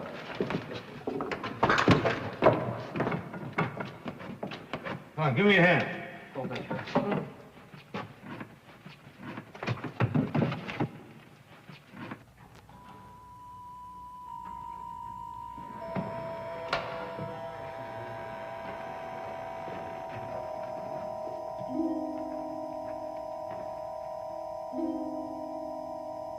What's that in the corner? It's just the root of a tree.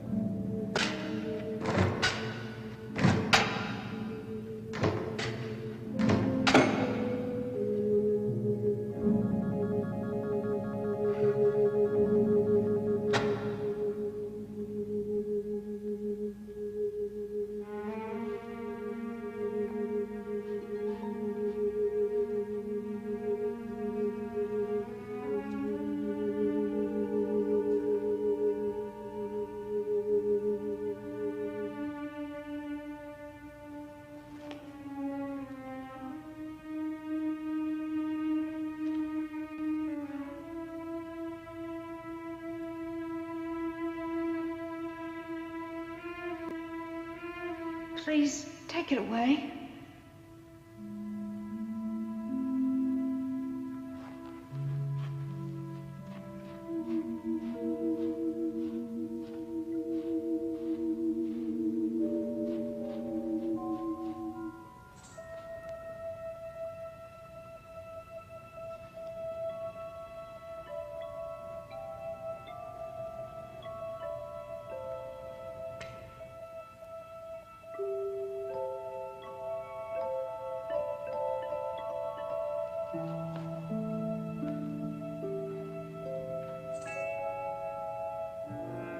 It was Doyle's watch. The general must have killed him that night, murdered him with that poker, and buried him here. Pat?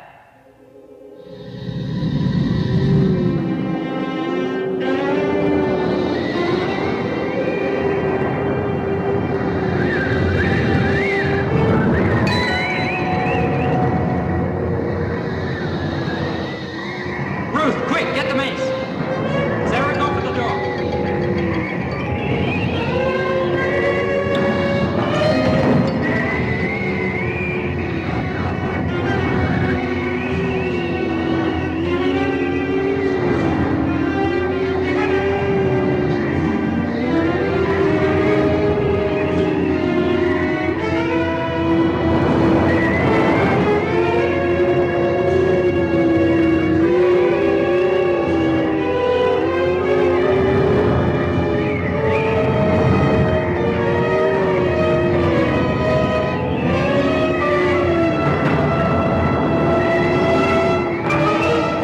No, it is of no use, Father, now that thy crimes are known. Thou hast lingered here too long to protect thy black secret, as have I.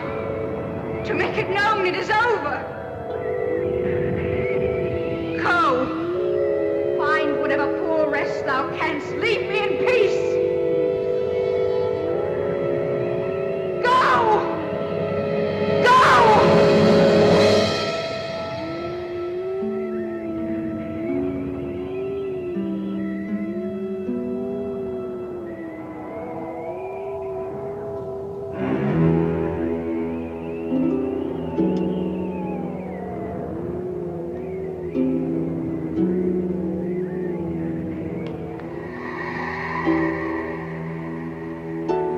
Pat?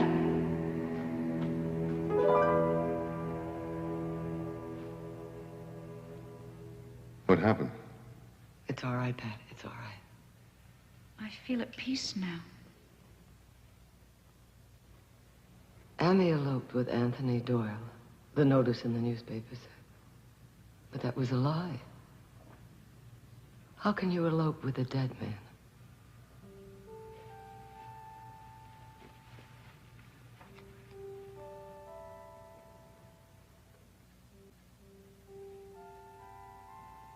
Amy's comb. From the grave. She must have tried to defend Doyle, and the old man killed them both. And all because he couldn't bear the thought of her loving someone else. And for 200 years, Amy's been waiting for Sarah just till somebody could find out the truth. Well, we've done what Amy wanted. Let's leave them in peace.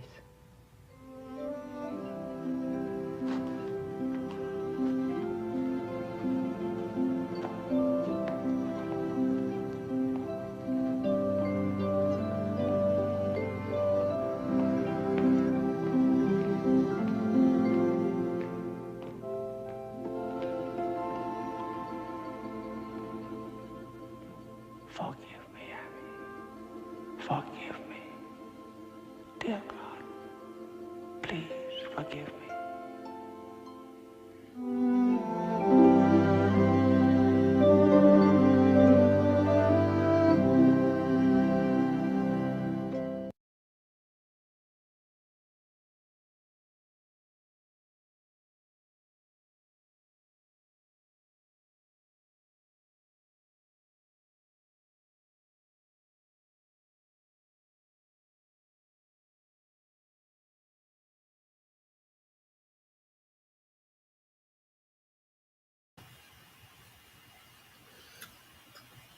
Well, there you have it. A full circle, beginning to end, at about an hour and 15 minutes. The stunning Barbara Stanwyck. And I just thought it was amazing. I thought it was amazing. I saw it when I was 10 years old. It came out. In my craziness today, I didn't put the thing that I made. I made a whole thing with the date. And it came out October 27th, 1972, I believe. I could be wrong. It could be 4. I honestly cannot remember. My head is so scrambled right now. But I saw it when I was 10. And of course, the first thing, come on in here, Donnie. The first thing that really got me was when they bought the picture, and the picture of the Revolutionary War soldier, because kind of bringing the whole fact that this house was, Donnie moved really fast right there. That was crazy. It moved really, the portrait reminded me of the Revolutionary War soldier that I had seen in the haunted farmhouse in Jackson, right? You know, that you all know the story from the book, and I've told it a million times. The head, the red ribbon. They pull out the scroll that's tied with a red ribbon. Like I said, they used a lot of it back then. They had this surplus for some reason of red ribbon.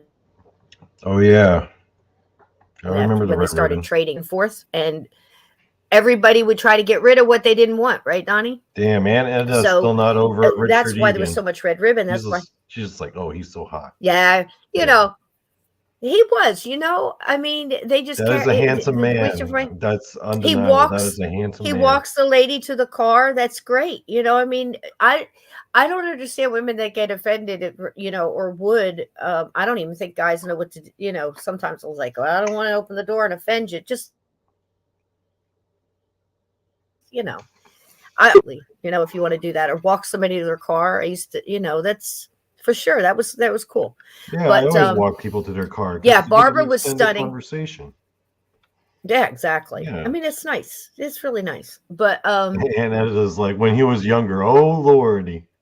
yeah, here's something. There was a lot of, you know, those people back then, and the way Barbara carried herself. And you know what? That's not that far off. I mean, women really, you know, that was the time when they were wearing gloves.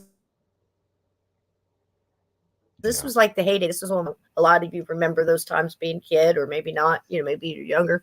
But you look back, there wasn't a lot wrong with that. Guys wore suits and hats or, you know, dressed and cared what they, you know, it's just different. But the story, the ghost story from beginning to end, it had everything.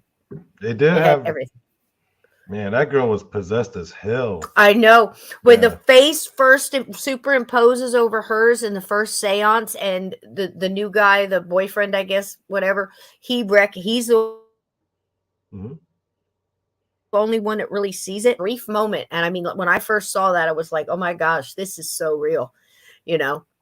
And I know this, the lady, the screamer, she's a good screamer. You can't take that from her. She's an excellent screamer. That lady graduated Screaming University. I don't know. You never want to hear your medium, Donnie, say, I can't stay here and I can't help you. How many movies has that been in? It was in Amityville in the 70s that they did. It's so many I can name off the top. I think in Poltergeist is when the medium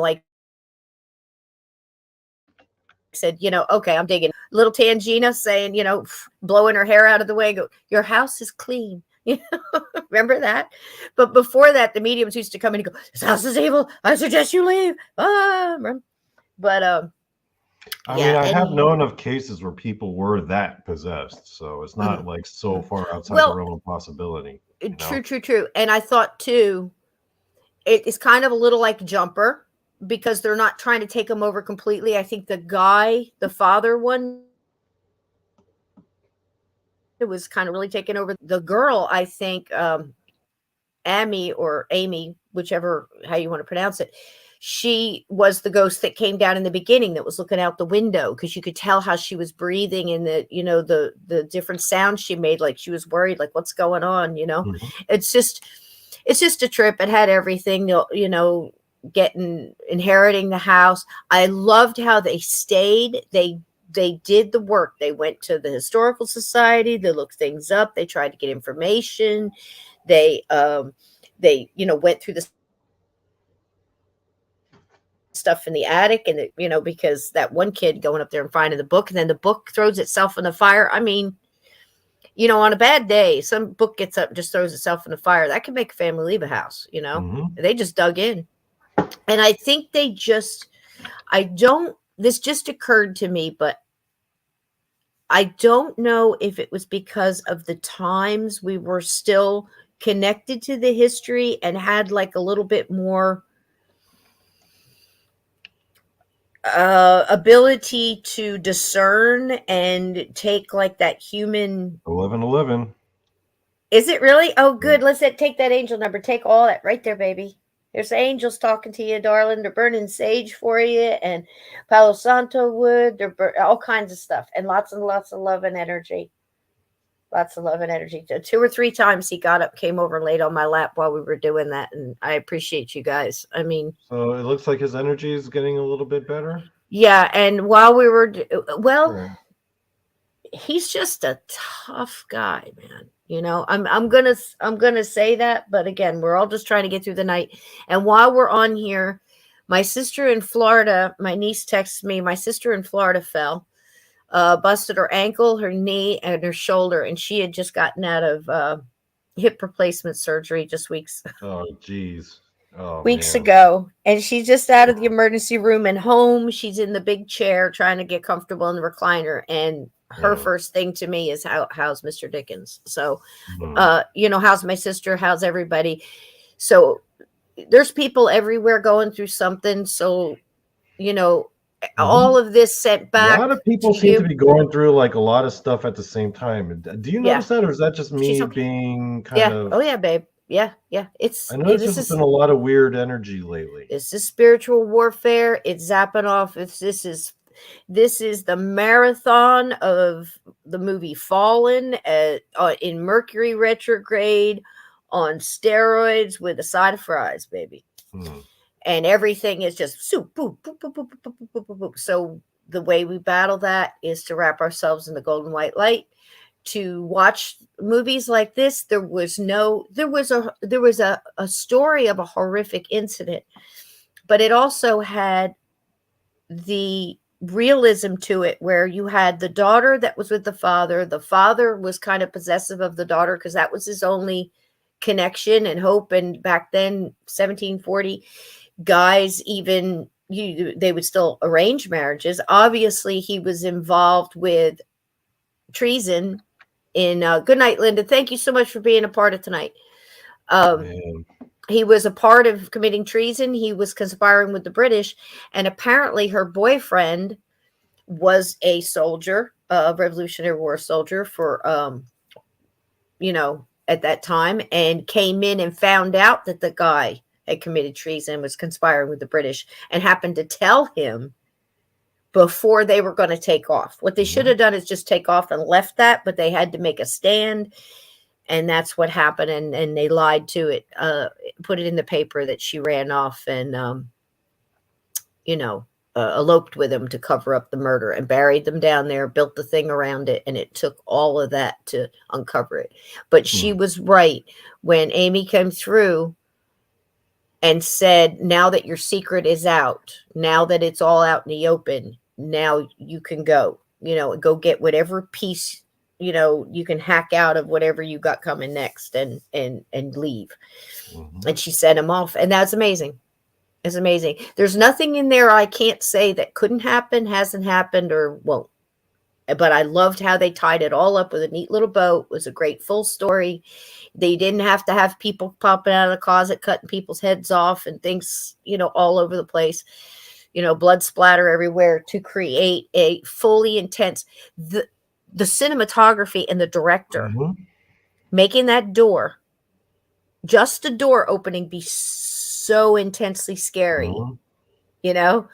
And actually, I do have to say, of all the, I guess, possession haunting stories that I know that were as bad as that movie, or perhaps worse, like, I think they were actually worse because the stakes were higher. They were more varied in terms of the, I guess, the paranormal symptoms.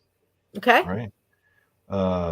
It's a good way to put it. you know, people were getting sick as well, and then there was like business problems, and then all this stuff, and just everything all around them, and then just You're exactly right. And when you listen to like the worst of the worst stories, you're like, oh yeah, this can get real bad. you can get ugly. Yeah. Yeah.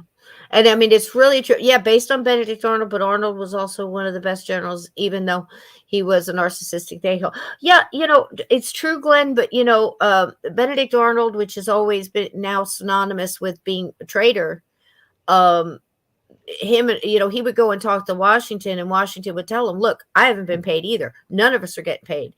And he's basically telling everybody, look, I got kids to feed. He had 3 boys and wasn't getting any money. And everybody was dealing with that. They left and sacrificed a lot to go and fight. I mean, Revolutionary War. You also have to keep in mind the inner that workings don't get enough. Yeah. Remember, you also have to keep in mind that before the start of the war, these guys were all working for the British. Like they saw themselves as part of the British Empire, and that's not something that's so easily to just let go. And again, too, it's just very much like the Civil War. We were talking about that, and how like you don't know if your neighbor is which way. Everybody had to keep real quiet. Again, I recommend the miniseries Turn, TURN. Very well done. Really gets into that whole aspect of what it's like to live in a town and be worried and you move and stuff, not unlike, sometimes where, things are going on. So keep that in mind, Sysco, I just came up with this sudden question, if you don't mind me asking. Sure. Go ahead. What like alien movie scared you the most? Like something that had to do with Fire in the Sky. Fire in the Sky scared. Yeah, that was pretty scary, wasn't it? When I think back on it, oh man, remember the part where he wakes up in the capsule and there's like that woman who's like half there, and then he's just like, what's going on? You know what got me out of the whole movie, Donnie? Do you know what got me? What? It wasn't him waking up and having that membrane over him and screaming and everything. That was bad. It wasn't the fact that he was gone and came back and the whole town turned against him, thinking that the guys murdered him and they were trying to cover something up and trying to get back into life after coming back, because he really was kind of dropped off naked and was trying to call people in the phone booth, right? The thing that got me was when he's going through the ship, whatever, for lack of a better like the word, corridors and things are floating in there like a little kid's sneaker.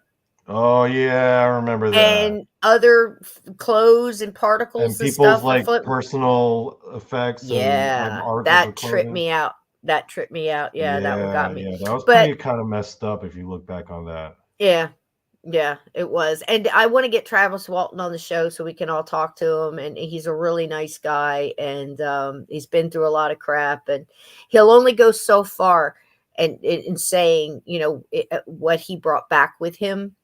And if it sparked any abilities, and he kind of gets real quiet when you ask him stuff like that. But, it's getting further and further away from it, and I don't know.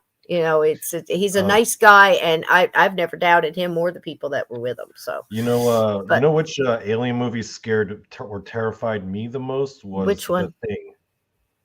Oh gosh, what a good movie! The original. That movie with Kurt Russell, John. The Carpenter. Original is it's the absolute. It's fantastic. You got John Carpenter. Oh my God, he was like at his best there. He had The Fog, John Carpenter movies, the original Fog and the original The Thing. Fantastic. Yeah. Absolutely. And it shows. Oh man, that scared the shit out of me. How stuff can jump and things can move, and yep, that's true, Glenn. It's true. But it still creeped me out when I saw it. But he did absolutely say that. You're 100% correct. Yep, he did. He said that a lot of that was all Hollywood, and he explains what actually happened and what he can remember and things. What did you think of the original Alien? It's true, Vixen. Like, remember do you remember the first time you saw that chest buster scene in the original movie? Because they said that was an iconic that sticks scene. with you. That sticks with you. Right? Do you remember it was this that got me too. It was this just the face hugger. Oh yeah. And the first one was really good. I think The Thing beat it, but that's just me. There Yeah. was you start getting into more of the cinema, the CGI and all this other stuff, and Well, back as you then they go used on. practical effects. Yeah, That's what that's made true it so too. good. That's true too. But Those as you practical start effects. getting into Yeah. different movies that start to do it, because of course the next one that came out, Bigger, Better, whatever. There was a lot of iconic scenes in there. Bill Paxton and all those. What was that line he had? Says we're all gonna die or something. I can't It's remember what game it was. over, man. Game over. Yeah. Yeah. That's iconic. Iconic. Yeah. There you go. Yeah, there's a lot of those. But tonight, I hope you got a new favorite. I was so very glad to be able to do this for you, Donnie. We're getting late, and I should probably. I'm going to go try to feed him a little bit more gravy and stuff with a syringe so he can get through the night. We're all hoping on tomorrow. We don't know what tomorrow will bring. My sister as well. I'm sure many people are out there in this. I don't know what happened to our UK friends tonight, but as I was saying in the chat, sometimes YouTube pulls some stuff and I'll go and look like I hadn't seen people, and I find them, they're stuck in the sandbox, which what I call it. It's just a place where they got blocked by accident, or YouTube did it. And once I went in there, I found like 15 people that nobody ever blocked that were in there. And sometimes they'll unwrench you. So I'm going to check that after the show and see if anybody sees them in any other chats. Tell me missed them. I just want to know that they're okay. And that's it, because everybody's going through something right now. And I appreciate you guys being here tonight. It would have been a hard night to get through without all these friends and all the love and all the good energy. And I know I can send it right back to you. And they do that. And sometimes they'll unsubscribe you, and not so much that much anymore, not notifying, but they will, think everybody gets new employees, and you get in touch with them, and eventually you find, oh, it was the new guy did it, or we're somebody in training, and they just unblock them and they act like it's no big deal. But the people think that they've been blocked from the chat, and that's not cool. So I want people to put that out there, that nobody here got blocked that I know of, except like one person that was causing a little trouble, but it certainly wasn't our friends. And I thank you all for being friends tonight. I send back again all the love. We'll just boomerang that back and forth. The love and healing energy. Everybody needs an extra hug tonight. And I thank you for giving me one and helping me and Mr. Dickens through this night. I hope you enjoyed The House That Would Not Die. Donnie, it was pretty good, wasn't it? For a 1972 movie. They did it right. It was entertaining. Yeah. It was it was compelling and had a good storyline. I thought had a good storylines. The actors casting was interesting. Yeah. But Barbara was absolutely stunning in whether she was wearing houndstooth or fur or what I noticed the peignoir.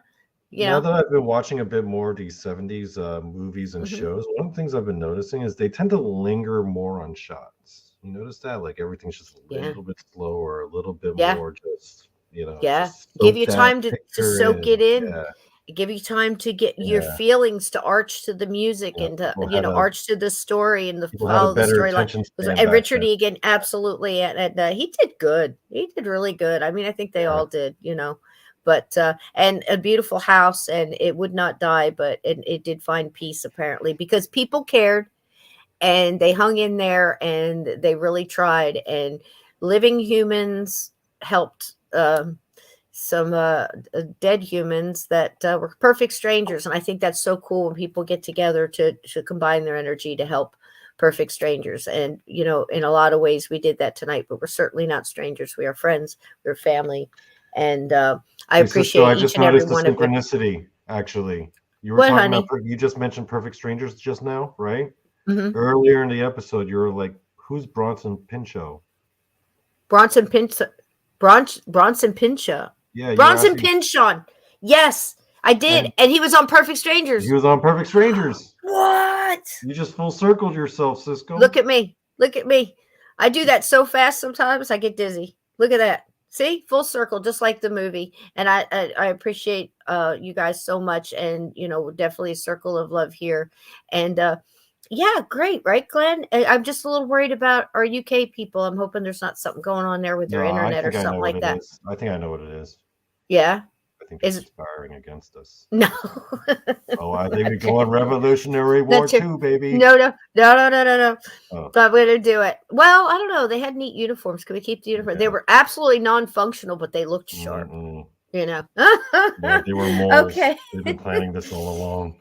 Donnie, I can't thank you enough for riding this out with me. Thank you, my Thank you love. for having me. This is always Oh gosh, fun. it was great. Always fun. And no commercials. That's right. That's why most of those movies were like an hour 15, hour 10 minutes. Because if you worked in all the commercials, it was a 2-hour movie block. So there you go. Some of those commercials back then were interesting, though. Yeah, I'm gonna see if I can get some more for you. This was a real treat, and I'm glad I got to share it with you. Thank you to whoever the people that just didn't care enough about it to pick it up, and now it's in public domain. So I'm gonna see what else they got in there because there's some real gems I've found so far.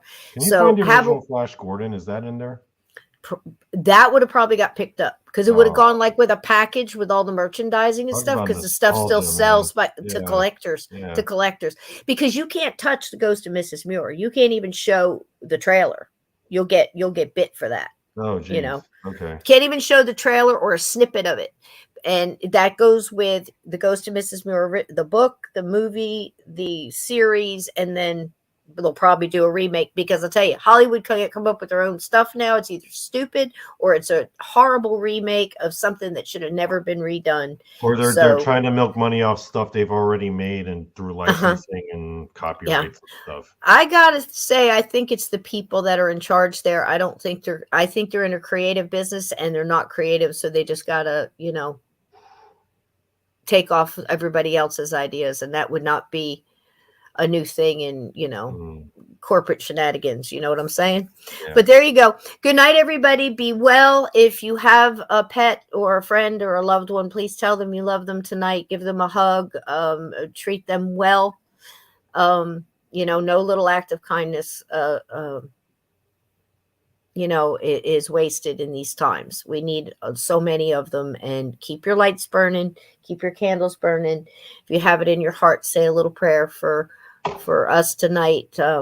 And I will let you know if we find out anything tomorrow.